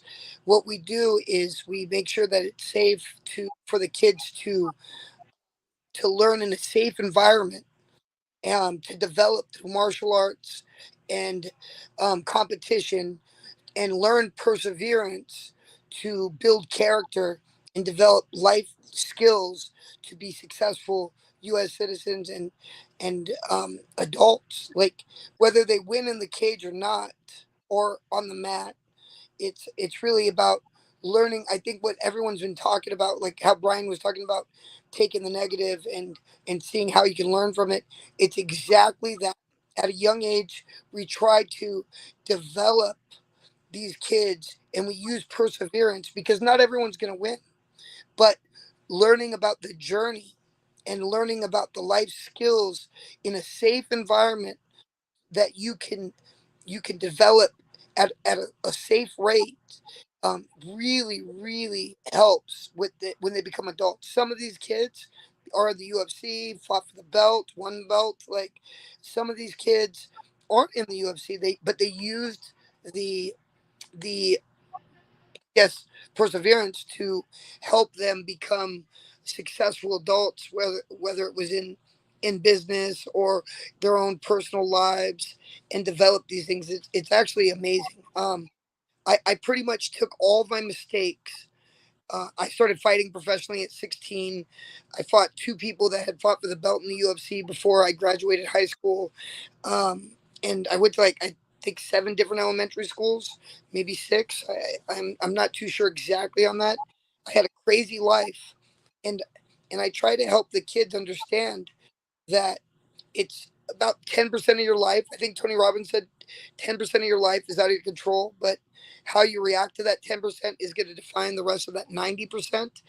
Um, and I try to help them learn that. It's actually really amazing. The kids that win our national championships get to go on to tour the UFCPI. They get to go to Dubai and compete in the world championships. Whereas, like, I think last year we took second. And then they become adults, and as they become adults, they can continue to learn and compete, or they can now move on in their life with a new form of confidence that helps them be successful in their life, which is amazing. Because I see kids that come to me, and their heads down, they don't look you in the eye when they shake your hand. It's very difficult for them to have that confidence. But through martial arts, you learn that confidence. It's kind of like the thing about knowing how to fight is not having to fight, because you have the confidence not to respond wrong. It's amazing watching these kids develop. Um, I guess I could talk forever, but I don't No, want to no. continue. Let me ask you, Joe, because you were on the UFC show, how much of that do you realize it's a show? How much is scripted? Were you there just focused to fight? How much of it is fluff, and how much of it is, man, I'm going to get in this ring? Because I've seen you, and we shot a commercial with you, and when you were hitting that thing, you wouldn't stop. You were like, that trigger went. So tell us a little bit about that. So when you think about stuff like PTSD, things like that, I started in a different time. I started in a time where you sparred all the time. Head trauma was a big part of it, and you develop through perseverance and pain. It led to a lot of different things. The Ultimate Fighter, not scripted, but I mean, it has a set formula that you go on, and you it's a tournament. You're fighting everyone in the room. You're competing against the person that you're sleeping next to. My roommate, I ended up fighting. These things that you have to deal with, and it's it's honestly very weird. When I was on it the first time, when you would lose, you left the house. So pretty soon you're in a huge house in Vegas with just you and the person you're going to fight. So it's very awkward to go get milk out of the fridge when you see the guy you're fighting in 2 days. Uh, I think working on TV shows in Hollywood like Kingdom and other shows for MMA, I've learned that the whole scripted stuff is way easier than the reality stuff, because reality, anything can happen. You don't know, how what you say to one person, how it's going to affect them. And because it's not scripted, anything can happen. And I think that's why people tune in. Wow, wow, wow. Ava, that's amazing, Joe. And you're going to fight again. We'll talk about that before we finish this broadcast. The young man that I also have is studying to be a physical therapist. He's currently working in a hospital. So he is getting the real life experience. He is going to become well, I'll let you tell him what your goal is to become, Joshua. But how are you doing tonight, Joshua? I'm doing good. How are you guys? Awesome. So tell us, Joshua, where you work as a physical therapist. What are some of the challenges you deal with, and how do you have to stay mentally focused and prepared to deal with some of the experiences and some of the people, attitudes, and all that you deal with? Yes, that's a good question. Walking into patients' rooms, you need to make sure that your energy is clear. And walking into a room and making a patient feel comfortable is something that's huge. And something that's big is also giving a patient confidence as well. Um, we have difficult patients, and it's not because they want to be that way. It's because they're in pain. Like you said, 50 million people on this earth are in pain. And that's something, that we come in and we deal with all the time. And when someone is in pain, they might be a little short-tempered, a little short-worded, but it's important to understand where they're coming from, to, meet them, figuratively speaking, like eye to eye, like I'm here coming in and letting them know, what can I do for you? Instead of maybe coming in a way of like, I'm the physical therapist, I need you to do this, this, and this. It's what's going on, what can we do to make you feel better?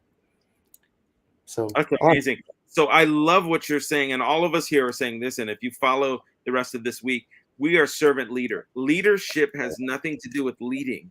It really has everything to do with serving. Joe's a leader. Yeah, but he is serving so many kids every week. And as president of the USFL, serving our nation, the United States Fighting League, if you will. And you yourself, Joshua, as a young leader in the hospital and stuff, when you go in, you're there to serve. It's not about touting what I am and who. I love how you said that. I'm the physical therapist. No, it has nothing to do with that. Servant leadership. That word servant is such an important thing. Now, Ava is also, she's back. Ava is also a physical therapist. So I'm excited that you're here as well, Ava. That's a secret that is about to come out right now. I'm actually a physical therapist. Before I came into media and stepped into promoted and became a partner as an editor-in-chief of the Los Angeles Tribune, I was a hospital physical therapist. And when Gillo and I had the conversation, I was like on fire, like, let's talk about pain. I was on the trenches, when opioids were being pulled out of practically the patient's hands. They were treated with opioids for years, 20, 30 years. And all of a sudden, following what happened to Michael Jackson, it became a big deal. There were Senate hearings, Congress hearings, and then there were laws that were passed, on the cap that people can be given for opioids. But these people have been on it for 20, 30 years. And suddenly, all of a sudden, there were two things that were happening. And now I'm a physical therapist in the field. Either doctors are being handcuffed, pulled out of their clinics and sent to jail because they were overprescribing beyond the regulations, or patients were in severe pain without remedy. And as a physical therapist, I was literally figuring out like what can we do now that the pain is unmasked, because for the longest time they were numbing the pain, not really dealing with whether that was spasm, whether that was torn ligaments, whatever the problem is, it was being masked with medication. So when that's revealed, and we know that, there's of course a disclaimer by the Los Angeles Tribune that any and everything, as much as I'm the editor-in-chief, I probably should not be coming in as editor-in-chief right now. um, that the Los Angeles Tribune does not represent what we say, but my experience is there has to be another solution for pain, other than opioids, other than just medications and pills. There has to be another solution. So when I actually talked to Gilo, I was passionate. I am grateful because pain relief is a big thing. It's a barrier to physical therapy. This Joshua, when people are in pain, it inhibits muscle function. It inhibits, people's function, no matter how motivated they are. Like even their muscles wouldn't fire. Like the brain does not want to do exactly, what you're asking it to do because of pain. And so with this, having this in the background, I'm grateful for you finding your mission, Gilo, in the midst of you experiencing the challenge. I mean, you were in such a challenge. Your mom's health was deteriorating. You were driving back and forth. You were in severe pain on your hip, and through it all, you found a calling. And now I wanted to hear from Joe. Have you used Erase the Pain yourself, Joe, through your trainings, through your even from the people that you're coaching? What's your experience of Erase the Pain? Well, I have, I believe, 2 bone spurs in my neck, 2 degenerated disc in my neck, 2 offset disc in my neck, like a herniated L5, broke my clavicle twice, orbital nose, and I believe there's a grade 2 on my broke sacrum, where it's going off. So when it's really cold, it and honestly, the very first time I used it, I was like, well, I've used Bengay, I've used these other things. It wasn't, not only that it made me feel good when I used it, but after I used it, I felt good. That's what I really appreciated. My son wrestles at high school. He's a senior. If you've ever been to a wrestling room, it is hot and muggy and constantly in pain. And every time I would just pull it out and say, son, you want to use it? And he eventually he was like, absolutely, Dad. He was asking me, hey, I need it. And when it ran out, I'd have to go look and get another one. It has had great results. We use pain. We learn to respond under duress, because in combat you have duress. So a lot of us that compete have a very high pain tolerance. And I think that when you have a high pain tolerance and then you emotionally and spiritually and mentally break down, because maybe something doesn't go right, the pain is there 100%.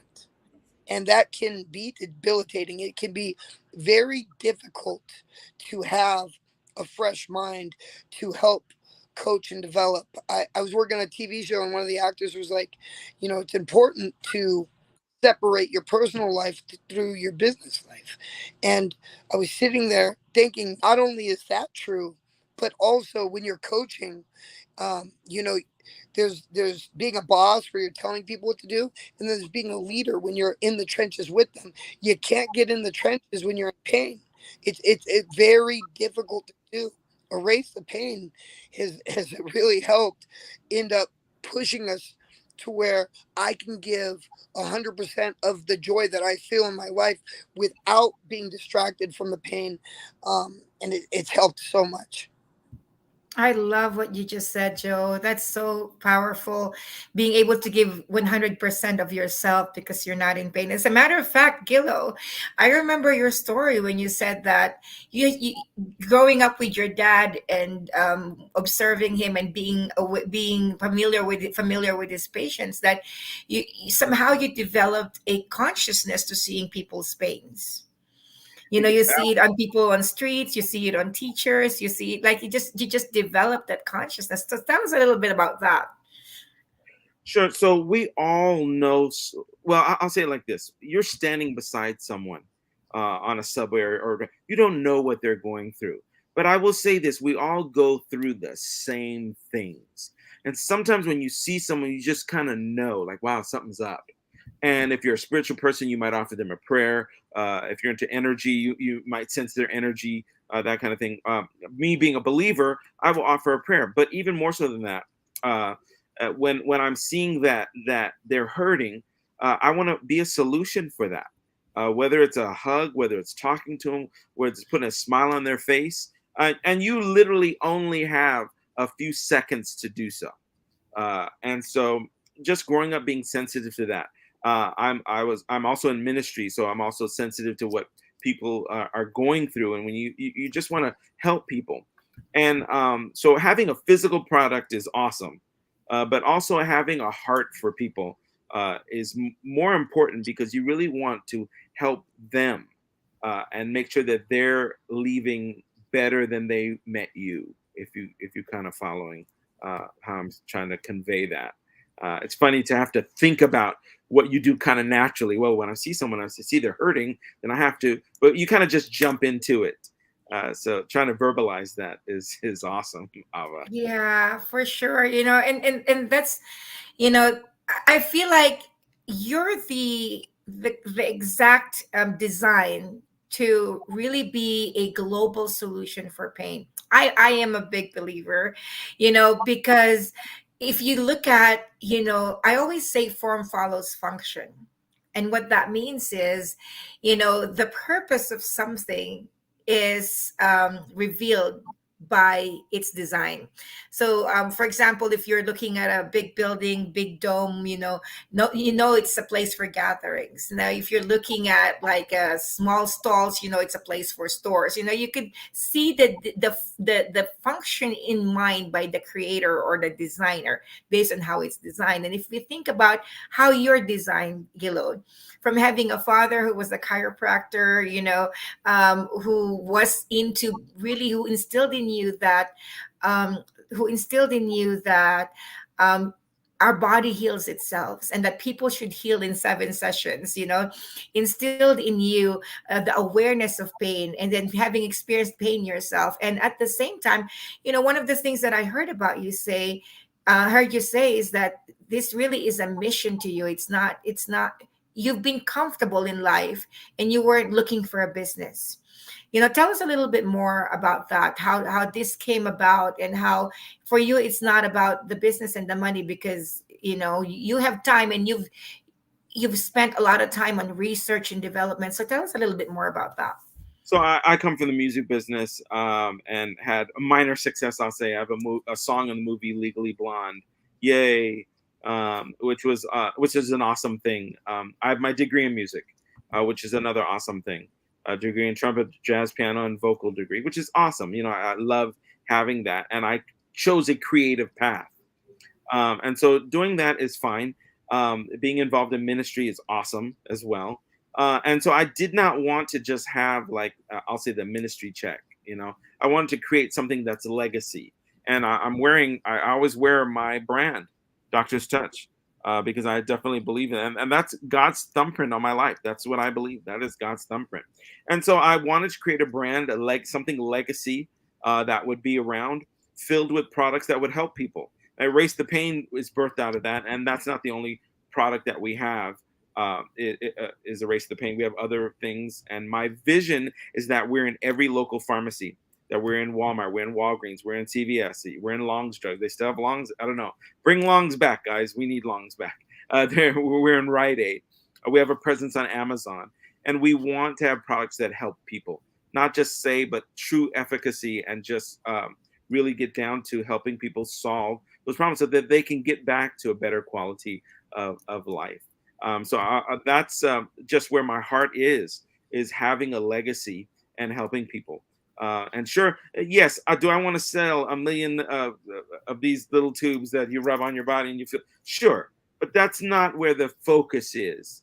The focus is on helping one at a time people really solve that problem of pain in their lives. So awesome. Well, Gillo, I know that you brought Joshua and Joe with something in mind, so I'd like to pass the mic on to you and ask them the questions that you had in mind for them. Awesome. So, Josh, what are you learning? What are your goals? Where are you headed? And how are you wired here? You're hearing we're all about leadership. How are you wired here to get there? So right now, I am getting ready to go to Cal State Northridge to finish my bachelor's degree. I want to get a psychology degree as well as a kinesiology degree because I'm very big in mind. It all starts within. I think that once you fix it here, you'll be able to see a change in your outer environment. And I think that Ava was so spot on. First of all, I'm so happy to be in your presence and I'm learning as you're speaking, Ava. But I think it's so spot on because when people are moving in pain and moving in fear of pain, when we're coming into their rooms and asking them and telling them, we're going to start ranging, we're going to try and get up for the first time. When people are afraid, there's muscle resistance, there's tension that stops what we're trying to basically progress. My biggest thing, my goal right now, I'm very into wellness. I'm very into mental health.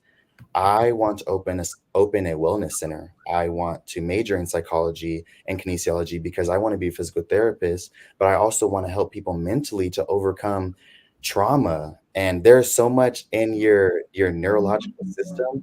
There's trauma in there. There is so much to be healed there. So my goal is to help people mentally, then we can work on working and progressing physically.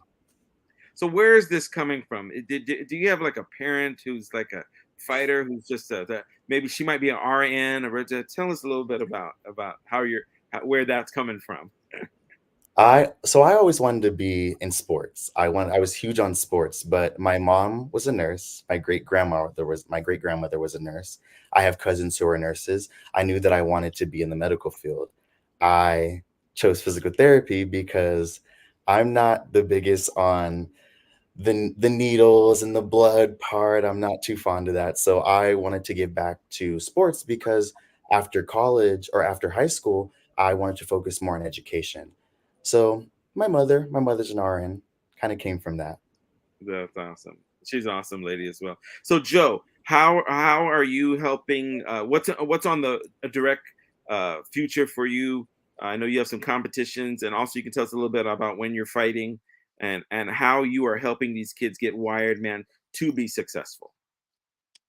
Well, the USFL, or the United States Fight League, its mission statement is to develop perseverance and build character through perseverance. And what I've done is, as I've started, I've ran into a lot of like at-risk kids that don't have it as easy as everyone else. A lot of these kids that compete, or adults that are fighters, if it wasn't for sports, they would never leave the city they grow up in. It's very difficult to get out of those scenarios, and we want to help them with that. We're starting a character development program. It's actually, I believe, the Kravis Job Institute and Cedar Sinai is going to be publishing a study here very soon that we've helped them with all of our data and competitions. And then we're hoping to use that and use it during our at-risk program, because what I've noticed is you have a lot of students that when their life changes, such as they lose a family member through death or divorce, separation, there are so many, by the way, that at risk, what it could mean. People on government assistance, that one income family, three kids, these are all difficult scenarios to develop in. And so what we're going to be doing is we're going to be trying to team up with these gyms and help them do our character development program so that we can incentivize them to bring the at-risk kids in so that they perhaps can get their full tax write-off for their students. At this point, when you're a gym owner, you have a kid that that you need to help out, because it's detrimental to them if you were to stop what they have already been developing through. So keeping them in the gym is hard, is what you need to do as a coach, especially if you love your students. But the tax incentive, it's a zero. But through our 501c3 and through the character development study, we're going to be able to help incentivize by offering these gyms, a full tax deduction for the student that they are helping. And not only are they going to have these students, but they're going to have to develop these students with us, following the character development study, making sure that they're making X amount of practices a week, making sure that they're staying out of trouble. And that's going to make better coaches, which is going to give us better students. Necessarily, we're not looking for them to win in the UFC. We're looking for them to win in life, and that's a big thing that I've been very excited about. Other than that, I will be competing in December. I've always wanted to fight in Vegas in New Year's, and there's not much more I can say about that because contracts are being negotiated and written down.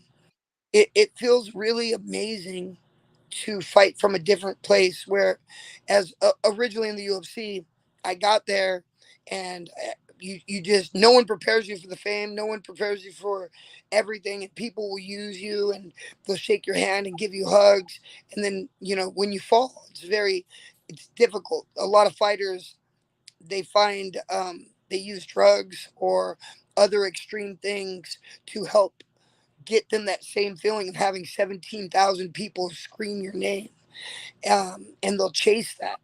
Whereas I've now been sober since I just turned 30, and so it's been 11 years, and working on 12, and the thing about that is it's allowed me to develop and think, and instead of looking for alcohol to help me numb the pain, I learned through love of loving my students and loving these kids and being in there when they're competing. I'm competing because I'm sitting there with them. I haven't fought since I was 36, so I've been able to take a lot of time to myself to heal and develop, and I'm actually very excited to fight. Um, like so excited, but I just can't say too much about that just yet. But I'm very pumped up for it. My students are pumped up. I'm not coaching Tuesday nights now. I'm working with Sam Calavita in the training lab. He works with like everyone on the Olympic wrestling team at Penn State, Poway High School, these amazing programs. Um, and by the way, what I have learned is with my fighters now, it's more important to build character, integrity, and moral fiber now at the young age, because I can teach anyone how to punch. I can teach anyone, there's two things a coach can't give you. It's a chin and heart, but the coach is actually responsible for you can develop the chin, you can help them strengthen the muscles supporting the neck, and you can also through perseverance help them develop heart so that they want it. I use back in the day, people would bring their kids, hey, they were bad at school, you got to turn it on to my kid today, and I used to do that. And now my class is so fun and so entertaining that I notice the parents will make the kids sit out of the class and watch. And unfortunately I do it for selfish reasons because I get better results. It helps the kids so much because I've watched people quit in a fight after 14 minutes when they've been coached through like fear. Go, you better do this, you suck, all these things. But I've watched the same kids that love it, and they develop. They may be getting beat the whole 14 minutes. That last minute, they're able, because they have hope, because they have love, they're able to persevere and overcome the obstacles of the fight and win the fight. And that alone is so rewarding. And it's all been through combat sports that I used to be, oh, you have to win. And now that I have more of the martial art aspect involved, I understand how much more it's about the journey and about helping them get there, showing them the footsteps to follow, being a leader, not just telling them what to do, but showing them what to do. So important. I think it's safe to say, Ava, that some of his kids are going to be leaders and will be on this broadcast in the coming years. I actually brought Parisa Rose in because I know that Parisa's got something amazing to say about Joe's mission. I'm like talking about, youth and at-risk youth, and creating this nonprofit to be able to get tax write-ups for gyms to be able to sponsor at-risk youth. I'm like, Parisa, that's close to your heart. Tell us what your thoughts are. Yeah, I think, well, first of all, amazing, Gilo. The two gentlemen that you brought up with you are all heart. Yes, incredibly intelligent and have the grit and the drive, but they're all heart, and it's felt. It is so felt. And, just as it was mentioned by Joe, is that, really focusing on the whole self of the kid, of the child that's involved in that, man, that's genuinely changing their lives. I remember when I was doing student teaching many years ago, and my heart wasn't in it.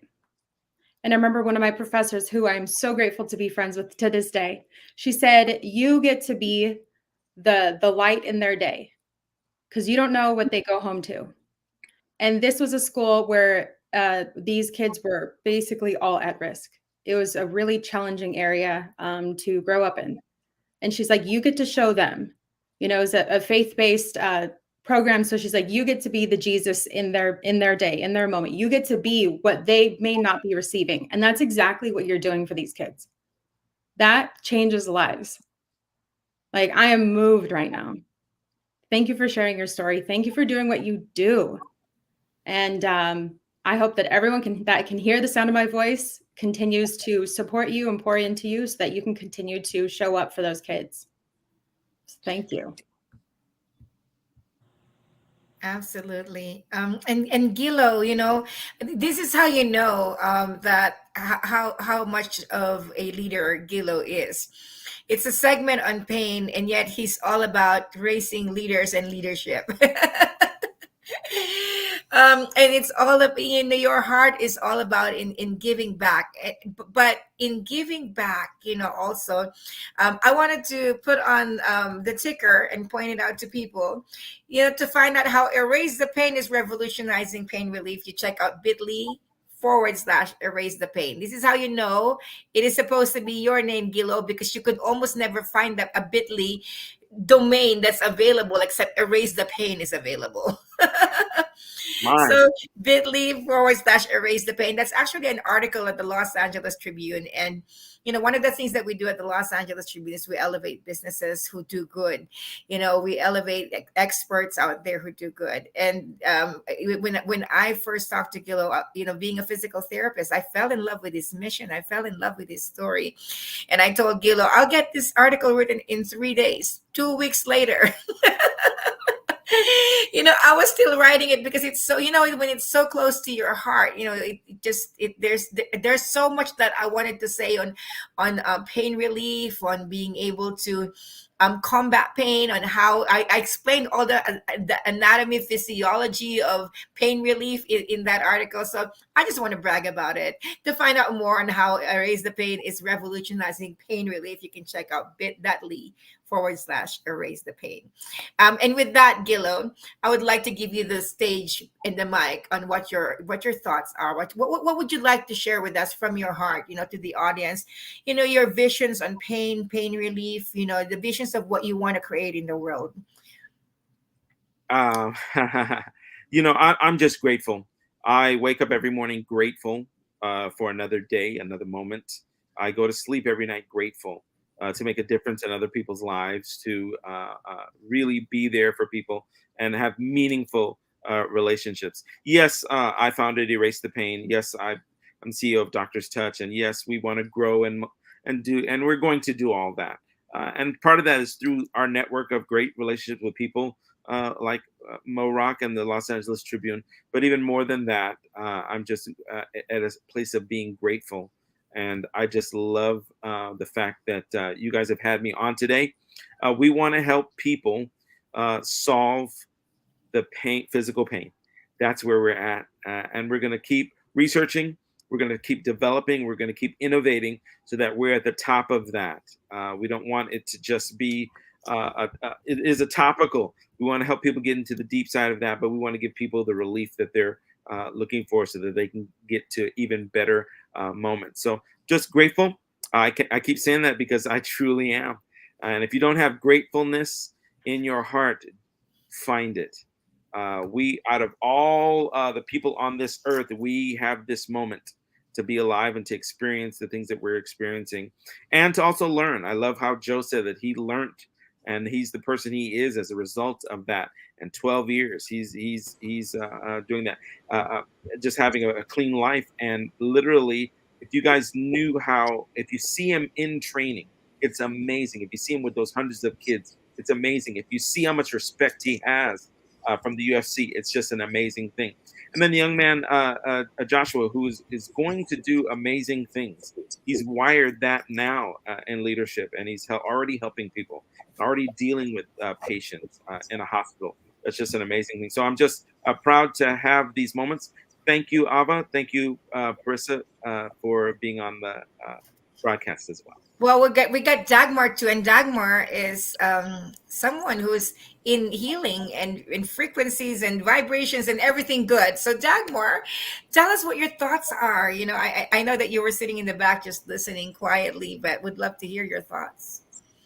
Thank you. Well, Gila, first of all, you are such a heart-based individual. There's so much pouring out. And when you said that, I was sitting there in pain and I cried out. I wish there was something to erase it. That is what I call the moment of divine synchronicity, when we ask for something and it is given and we end up stepping into a purpose that we didn't even know we had. So thank you for aligning with this enormous opportunity to bring forward solution to people who are in pain. To me, it's a very personal story. I had a spinal injury, and for nearly 6 months, I couldn't move much. In fact, I had to eat off the floor because I could only lie down on my belly. So it was the hardest surface, the easiest, and my dog was running around trying to figure out, are you trying to eat with me, or is this for me, or is this for you? And pain, just like Ava was saying earlier, can be such a detrimental force, whether it's emotional, mental, and especially physical, because it overrides all the neurological pathways. So I just want to say what you do is so important to give people life back, because when I was in that pain, first, all I could think of is how to get out of it. And then met an amazing lady who is a cancer survivor, and she advised me to lean into it. She said, you can get past it, so be with it. Allow it to be part of your existence. And once I went into that gratitude and looking for the blessing in it that you've been talking about, I was able to lift myself out of it. So I just want to say, hearing you about your story and how you're showing up for people in pain is really heartwarming. So thank you for what you do. Oh, I appreciate that so much. Guys, I'm on Instagram. I don't, if this is the time to do that, but find me on Instagram, doctors.touch, DOCTORS.touch, TOUCH. I put it there as my name just so you could see that. Some of this is self-promotion, guys, but it's really not. I really do want to help people. We would love to see you guys follow us on Instagram, doctors.touch. What's up, Mo? I see Mo. I see Mo. He's saying hello here and there, so I just want to say what's up to him. I love Mo. We have a good time. Well, you know, we're not embarrassed about promoting what serves, Gilo, here at the Los Angeles Tribune. You know, we're in the business of letting people know about solutions. And so, you know, bringing you in as a panel, you know, bringing Doctors Touch and Erase the Pain as a panel. I mean, we stand by that. You know, Erase the Pain has stellar testimonies in Amazon. And, you know, I personally have used it. My husband's personally used it. And it's not an endorsement from the Los Angeles Tribune, but, you know, as leaders, you know, leaders stand for something. You know, as leaders, we don't we don't shy away from speaking out loud on when there's something that, as a matter of fact, Dr. Robert Cialdini will be speaking tomorrow. And in our preliminary conversations, one of the things that he said is that, when you have proof that what you know solves a problem, you don't just have an ethical responsibility. If you don't just have, it's not just an ethical responsibility, it's an ethical commendability, for you to speak about it, and as leaders, we do that. So, I just wanted to say, I'm so grateful that we have the platform, the opportunity, and, our CEO, Mo Rock, to be able to give platforms for solutions and for businesses that are making a difference out there, for risk takers like Gillo, and innovators, who create solutions from difficulties and from challenges and from pain. So with that, Gillo, we appreciate you. Joshua, thank you so much. We appreciate that you're such a leader in your own right. You come back and tell us your visions, and your dreams have come true. Okay.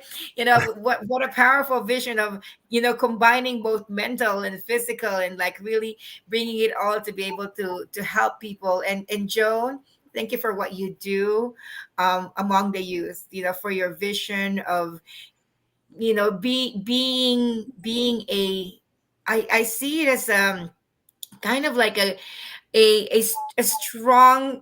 There was something that, who was it among we've had so many speakers over the last 4 days, so many, but one of them said, I think it was Ty Lopez, who said that the one thing that was common, it was Ty Lopez, I recall it now. He said the one thing that was common to everyone who went through hard times but succeeded was that they had someone who believed in them.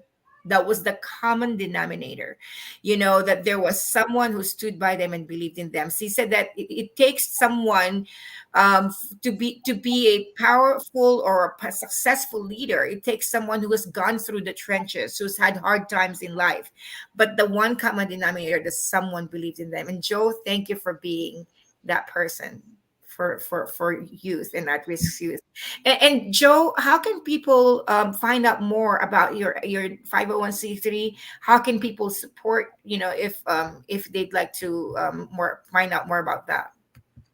Well, I on Instagram, it's USA MMA, and then the adults on Instagram, we have an adult division, Team USA MMA, and for if you're on the web and you want to look up on the web, we have the United States Fight League.org, where you can become a licensed coach, or you could be an athlete, or become an official. And so those are all really good avenues to find it. Joe, say that again. United States Fight League.org. States Fight League. I'm typing it .org. I think that's what it means. And also, if I can interject, Cobra Kai is another place you can. He has 2 locations, one in Victorville and one in Pomona. Cobra Kai gyms that's his brand. Cobra Kai martial arts. Yeah, that is my brand, but definitely I'm trying to help we try to help everyone. And with USFL, being a part of the USFL now, it's so hard. I don't even coach my kids at nationals anymore, because I need to show people about integrity and character. So this year was the first year that I became president, and at nationals, all the kids that competed had to do it without me, and they had to overcome a lot just to do that alone. So I try to look at all the kids in the USFL as kids that I personally want them to know I believe in, and that if they're going to give it their all, I'm going to give my all for them. So good. How powerful. And with that, as we lead to a close, I wanted to thank all of our viewers, all of all of our cheerleaders, Cobra Kai, badass, and I'm just so grateful that we have a community of co-founders that are elevating leadership consciousness in the planet from all around the world. And we wanted to bring Rex Sykes here. Rex, tell us your thoughts as we close for tomorrow. Let me tell you, talk about Joe Stevenson being in MMA, and Doctor's Touch being a solution for pain. Tomorrow is almost like a Boxing Day. We have living legend boxers coming up tomorrow, but first, at 10 a.m., we've got a powerful interview with Les Brown and Sir Kaya Redford talking about marketing, sales, mindsets, and speaking and authorship and all of that. So you don't want to miss that. Right at 10 o'clock, we're opening tomorrow, and we're opening with an interview with Les Brown and Sir Kaya Redford. And then we lead in with boxers and living legends, plus more panels, including Dagmar's panel coming up tomorrow. So we're very, very excited. Rex, the floor is yours. I want to say first thank you to Joe. Joe, thank you so much. Joshua, thank you. And Gillo, we thank you for the work that you do. Thank you. Well, I just think that it's marvelous when people are helping people and when they want to help people. And it's one thing to reach out to the people to help them, but it's another thing for the people to find the help. So it's really a two-way street that needs to connect for people to be helped. For sure. And with that, we wanted to say happy fourth day 4 of LA Leadership Week. We have 3 more days to go, starting with Les Brown and Sir Kaya Redford. Just share the page and don't miss it, because it's going to be powerful. And today's session with Brian Tracy is powerful, momentous, and memorable. My favorite word now is momentum. I don't know about you guys. Momentum, like momentous, so let's just get around. And what are you looking forward to tomorrow, Parisa? And then we'll close. Well, I have actually a few questions for Rex, if I could take a few minutes with Rex, if that would be okay, as we close out. Actually, my final words, I would actually just like to ask Rex as my final words, if that works out. And this is going to be almost like an inverse with all of the information that has been shared so far in these last few days. So Rex, what is the one piece of advice that you are so glad that you never took? One piece of advice that I'm so glad I never took? Yeah. That's a great question. Thank you.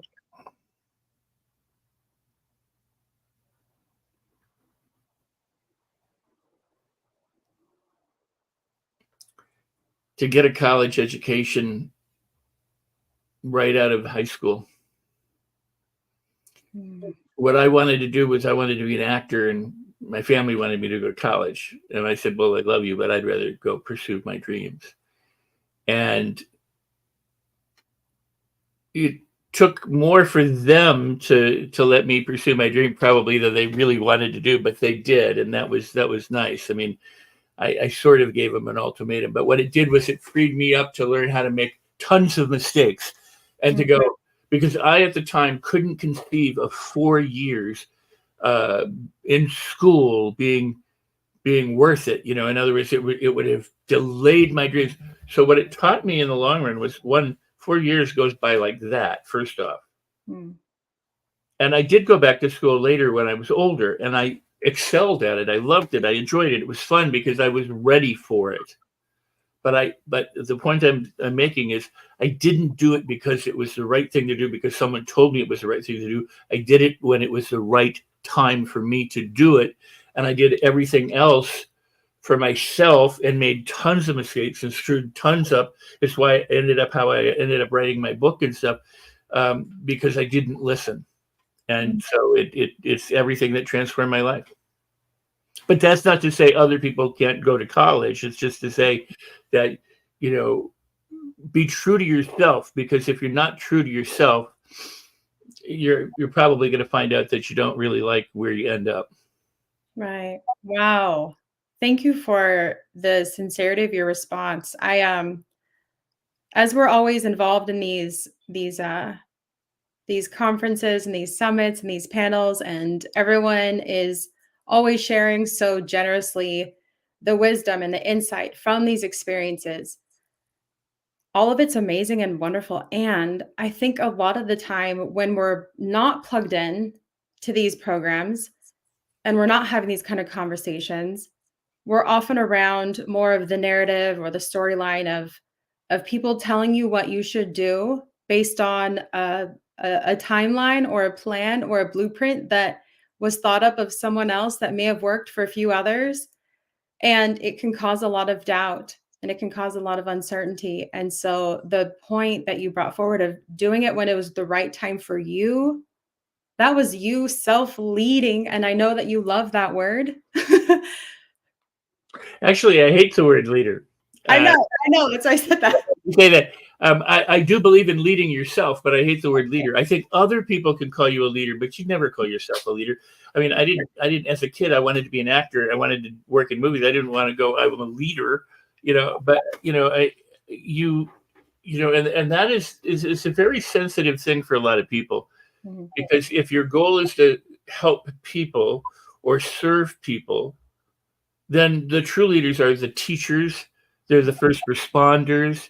They're the people who are unsung heroes in everyday life, the people who wash your clothes for you or, make the hospital beds. They're the people who are doing the work that other people don't really want to do. And if all you want is the limelight so that you can say, I'm the leader or I'm a boss, I love that that distinction was made here in the summit, that there's a difference between being a leader and a boss.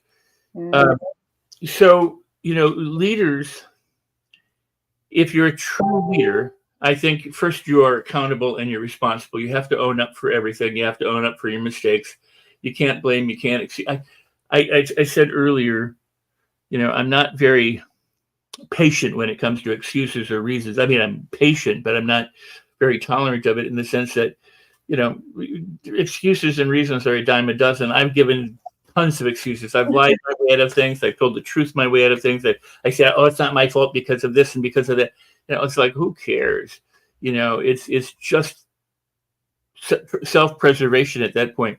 But to say, you know what, I screwed up, or I did that, or I took the cookie, or whatever it might be, and being accountable, and then saying, and I'm responsible, what do I need to do in order to make it right? Or how do I move forward from this? You see, I think that the first thing, and Napoleon Hill said this, is you have to lead yourself. And what so many people think is that we've let ourselves out of everything, and that we're now these people who are standing in front of people and on podiums around the world and talking as if we don't ever have to continue to lead ourselves.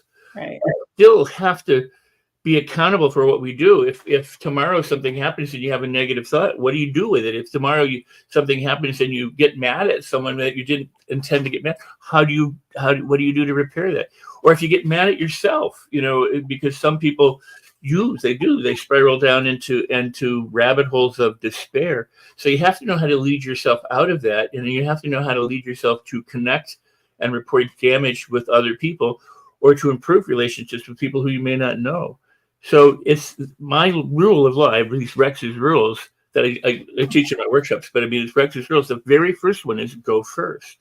If you want someone to like you, like them first. If you want them to listen to them first. If you want them to respect you, respect them first. What you give, you might get back. They may reciprocate. I like Robert McDonald, Robert D. McDonald, I should say. I created something called Mind Design, which is about spirituality. It's about the law of attraction. It's about leading yourself. I am an NLPer, but that's part of it, and a hypnotist and all that. But it's about living your life happily, successfully, healthily in all of life's quadrants, if you want to call them financial, emotional, physical, spiritual, mental, and all that kind of stuff. So it's learning how to take charge of yourself to do that. And to be humble when you do that, and to realize that perfection is being flawed. It's not being without flaws, and it's taking hardship and understanding that in hardship is, as Napoleon Hill said, there's the equivalent seed of opportunity in every hardship, but you have to be willing to find it. You have to look, which means you have to be curious, and you have to not get caught up in the things that hold you back, and you have to not prevent yourself from discovering the blessings that are all around you and within you. And so I like to think of Jesus, and not because, there's plenty of models, but there was a time in my life where I did massive Bible studies for a number of years as a teenager and stuff. And I love the scriptures for that reason, is that Jesus ministered to the sick.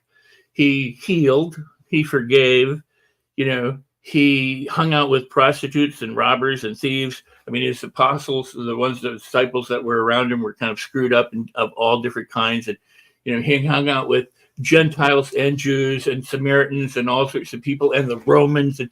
And so he's truly an example of someone who was willing to accept anyone and everyone, no matter what they did. The rich, he partied and he made wine. He fed the 5,000. He walked on water. He raised the dead. All the stories, whether they're true or not, are examples of him ministering, but he never said, "I'm Jesus, I walked on water. Here's my resume. Put me in the spotlight. I'm the dude," that kind of thing. Other people have said that about him ever since, but just what about doing it? And when he healed people or forgave them, he would say, "Do you believe you're healed, or do you believe you're forgiven?" And they would say, "Yes." He says, "Good, go. Now stop making the same mistakes. Your faith has made you whole." So he was empowering people. Mother Teresa is another example. Somebody who went around the world helping people and didn't say, "Hey, I'm Mom Teresa. I'm iconic. I have all this." She just did what she did. Right. And so leadership means not leading the way we traditionally think about it, but serving the way most people don't think about it. That is, serve without credit. And it's likely you will get credit. To seek the credit, and you may get it, but you may get everything else that you don't want as well. Mm-hmm. Be true to yourself. Be authentic, and be able to follow your heart, but make sure your heart is soft enough that other people can enjoy it too. Because otherwise, we're in this world together. Right. And that's the thing that so many people forget. People argue over borders. They argue over pronouns. They argue over books. They argue over race. They argue over Find it. There'll be an argument. if you could, exactly.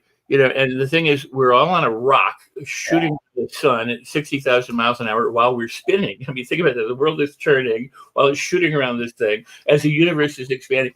And we're sitting here hating each other and harming each other and arguing over things that we think are important. But the dinosaurs were around for a while and a meteor took them out. So while we're here, in case the meteor ever comes back, while we're here, why not make it the most wonderful, the most delicious, the most sumptuous, the most delightful, the most helpful, the most compassionate, the most caring kind of world that we can have for everyone. For everyone. Right. If we stopped hating, and we might stop hurting. And if we stopped hurting, we might stop hating. And that's where leading yourself comes in. Right. If you're angry at yourself or the world, or you're angry at other people, what are you creating? You're not creating harmony. So I know that they've said this other word, but I've said it's cooperation, collaboration, and harmony that are truly important. And the interesting thing about momentum is that the more you do, the more you can do, because the more you do, the easier it gets. And the easier it gets, the more you can do. And the more you can do and the easier it gets, the more you can like it and enjoy it. So you don't have to struggle. You can get through all of your problems, and you can find that there's a blessing and an opportunity in all of them. And our problems are actually good for us, because without the problems, we would probably never innovate or create anything different. Right.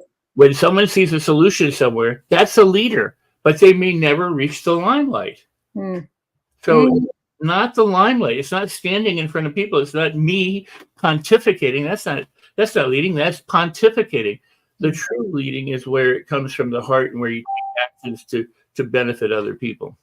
Gosh, yes. It is. I I did not anticipate this to be the experience right now. I had no expectations. It was more of a, hey, yeah, I'm here to show up. Let's do this kind of thing.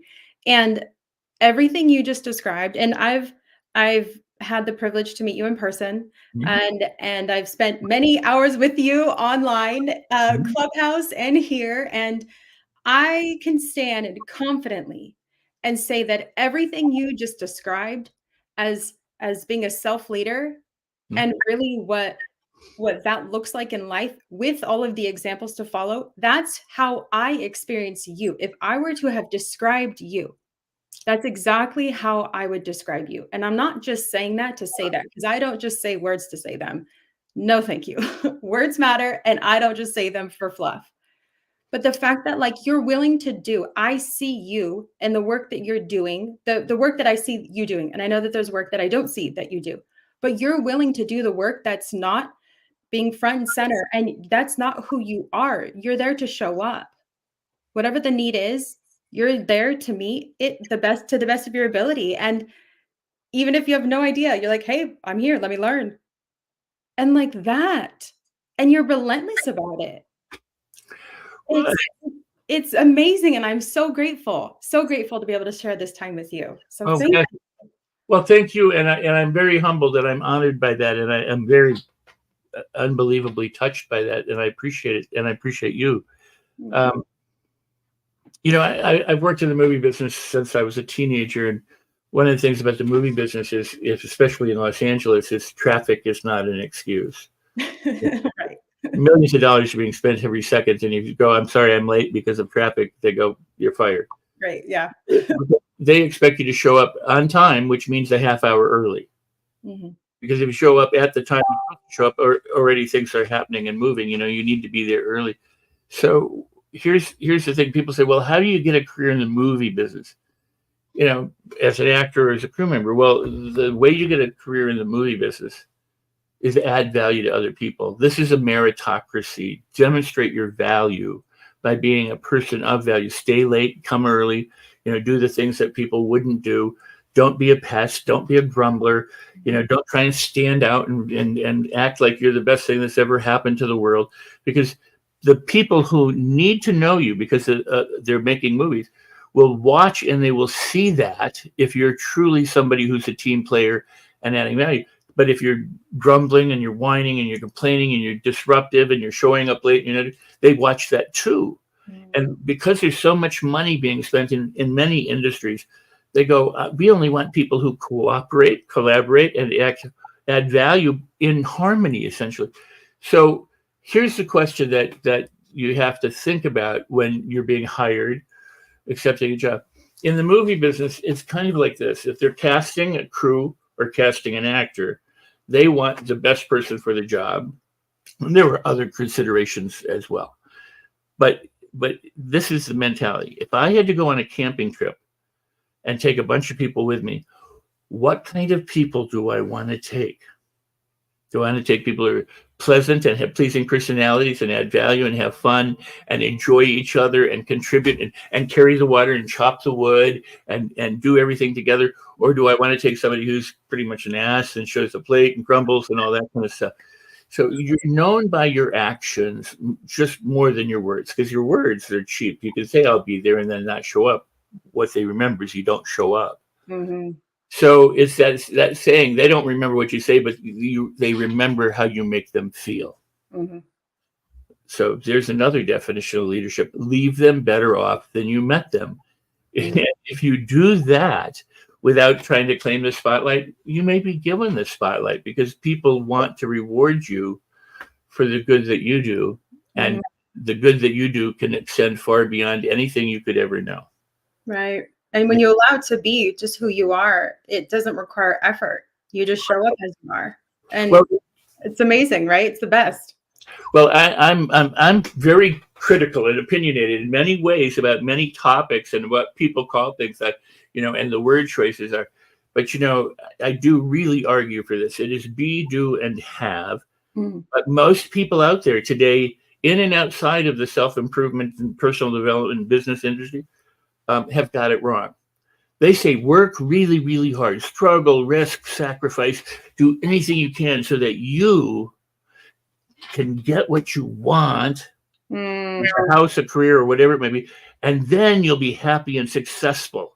And so you see all these people standing in front of their jets and their Porsches and their palaces and their trophy spouses and all that kind of stuff as, hey, you can have this if you sacrifice and you do all these things, and then you'll be somebody. And I argue that when you are somebody, when you are happy and you are successful and you feel abundant, you feel wonderful and that kind of stuff, you will naturally do the right things without having to struggle or effort. It's not that you don't work hard, but if you enjoy what you're doing, you don't work a day in your life. If you love it, it's not work. So you naturally do what you need to do in order to have what you have, not because it's a lack in you, but because you're so fulfilled, you naturally do the things that bring to you the goodness. But you don't deprive anyone else from it. You don't crush your competition. You don't have to do any of that. You naturally create the circumstances from your being. These things happen for you. And the journey isn't one of sacrifice. You're not giving up family. You're not giving up friends. You're not giving up your time. You're not giving up your leisure. You're not struggling. You're not sweating. You're not, you're enjoying the journey because it's all we have. The only moment we have is now. So the now moment needs to be your best moment. And that's why I say make all your moments magical, memorable, miraculous, and magnificent, because you can. Okay, I cannot see the comments right now. I'm not looking at them because I've just been so engaged right here in this moment. Wow. Yeah, you're right. I mean, I didn't even see any comments flash. Wow, Rex. And I've heard you. I mean, it may sound funny, but like I've heard you talk a lot. I've heard you talk a lot over the last several years. But I'm blown away right now. Wow. Thank you for sharing that. It's you can tell it's from such a heartfelt, dropped in place, and the sincerity and strength of your words is felt. It resonates. And specifically about the piece about where, the journey is all we have. So really how you're relating to and what meaning you're making of that journey, otherwise known as every day, every moment. Like that's exactly what it's about though. And as I mentioned earlier, this narrative that I feel like we get bombarded by, and these stories that we get shoved in our faces of this is the way to go about and do it, and this is the blueprint to follow, this is the timeline that you need to do things by. It gets lost in translation, I feel. And wow. But I mean, people sometimes think if you're doing what we're doing, and we happen to have a visible presence in ways, or we're authors or speakers or whatever, that everything works out wonderfully for you. And in many ways it does. I mean, if you understand the laws of the universe, then hardship and problems and what we call obstacles or challenges are all part of it. They're the things that move us from our comfort zone and help us to be better people, if you understand that. Otherwise, some people give in to them, But at the same time, it's not how a story, short story. It wasn't that long ago, and I talked about this on Clubhouse one day a while back in one of my rooms.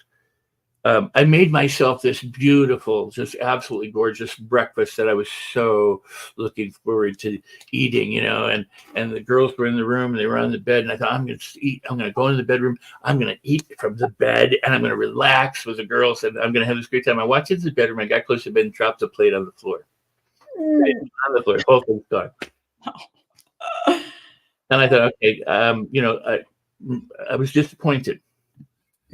I mean, I was like, oh, I guess I have a different breakfast choice coming. And I went and I got some organic cereal and some coconut milk, and I had that, and I was just as happy. But I mean, you know what I'm saying, is that I've learned in my life that things happen. I could spend the entire day as as I have in my past, complaining and whining. Oh, you don't have any idea what what I did, and looking for somebody to commiserate with me. But what I did was I had a different breakfast, and it's that moment of going, okay, where I learned more of my power, and you're in LA, was on the freeway of Los Angeles. In driving, I mean, consider this for a second and use driving as your meditation. If you're in traffic, which is what I consider a team sport, but most people don't know. I love that. Yes. Don't know, right? They don't realize we're all trying to get to somewhere, and it's all important for all of us. And we have, and some people drive very, very slow, and some are all over the road, and some are really fast, and some are jerks, and some are really, if traffic stops and you're right there, what do you do? Well, I learned long ago, meditate with your eyes open, of course, so when traffic moves. But the point is you use the time, because you can't fight it. What can you do? You're in the middle of maybe 8 lanes of traffic and millions of cars, and you can swear and pound the wheel, and jump up and down. If you get out of your, what are you going to do? And so it occurred to me one day that if I'm stuck, for example, on Pacific Coast Highway in traffic, I'm on the continental edge of the world, of the USA, next to the ocean. What better place to be stuck is the ocean, with all those negative ions and the beauty and everything else. So it's like every moment isn't a moment you can control, like controlling traffic, but you can choose how you respond to it. That's leading yourself. And many people react and then go, oh my God, and crap, shit, whatever, excuse my language. But if you notice that moment, at that moment, you go, you know what? And you go, wait. And you stop. Then the next move you should do is go, I just noticed I have an opportunity to do something different. If you always do what you always did, you always get what you always got. And the definition of insanity is doing the same thing over and over again, expecting a different result. So you learn that moments of awareness, when the plate hits the floor, you go, oh, wow, something different's going to happen today. You can choose how to respond. That's being a leader. You're not reacting to things. You're responding and then deciding how you will make it happen productively or positively or better than it was. That's taking charge. That's a leader.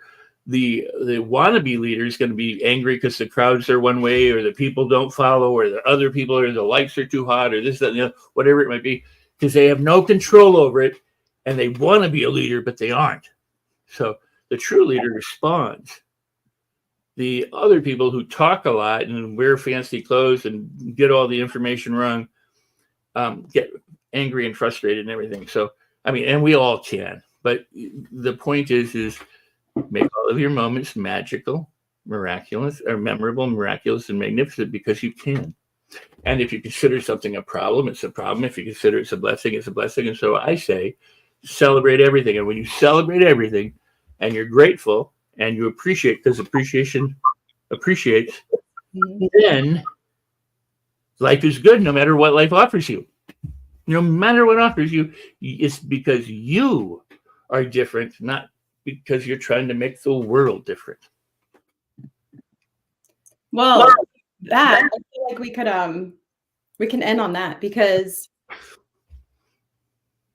I know I could go all night long with you, Rex, and just do this. And I think that we might need to do this again. And I know that it is getting late for some of our audience that's on the East Coast, and for those that are across the world, whatever time they're waking up at perhaps now.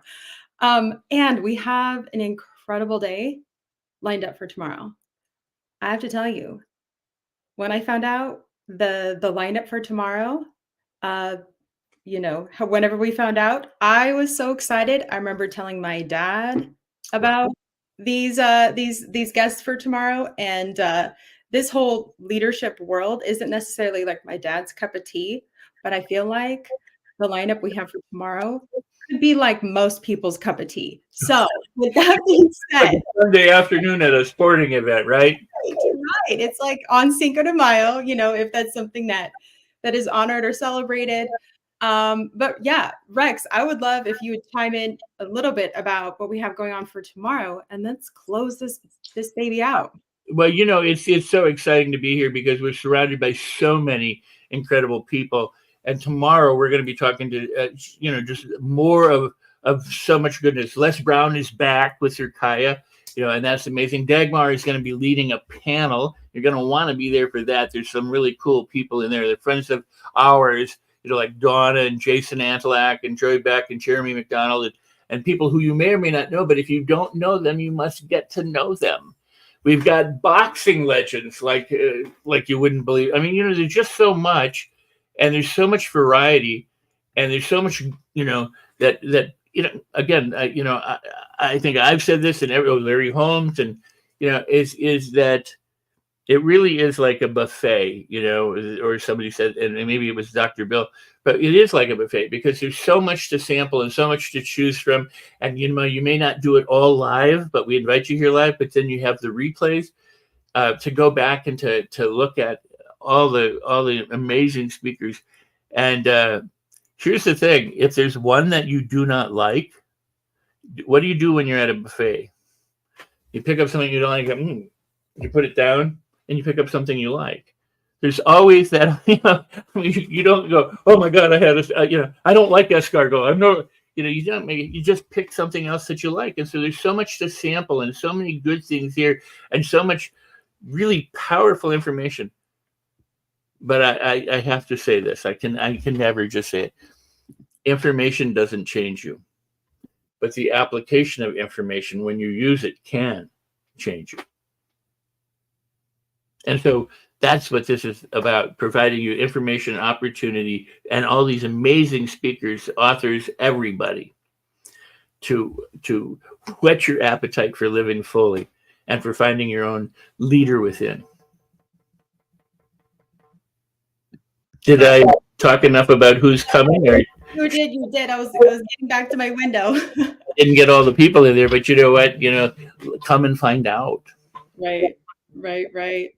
Oh my goodness. Yeah. Tomorrow's going to be great. We genuinely like these. One thing I want to touch on whenever we say like, oh, we have like all these boxing legends coming on.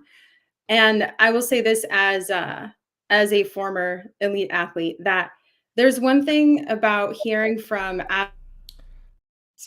that I know. I was like, whoa. The great Oz has spoken. No, I was like, oh, I mean, I requested it to be cute, and here I am. But there's one thing about having words or having conversations and insight from athletes or former athletes, and it's like the awe and the wow of all of it, really. And the thing though that I want to make sure that is present is that what they're saying comes from hundreds and thousands of hours of grit and sweat equity, literally and figuratively.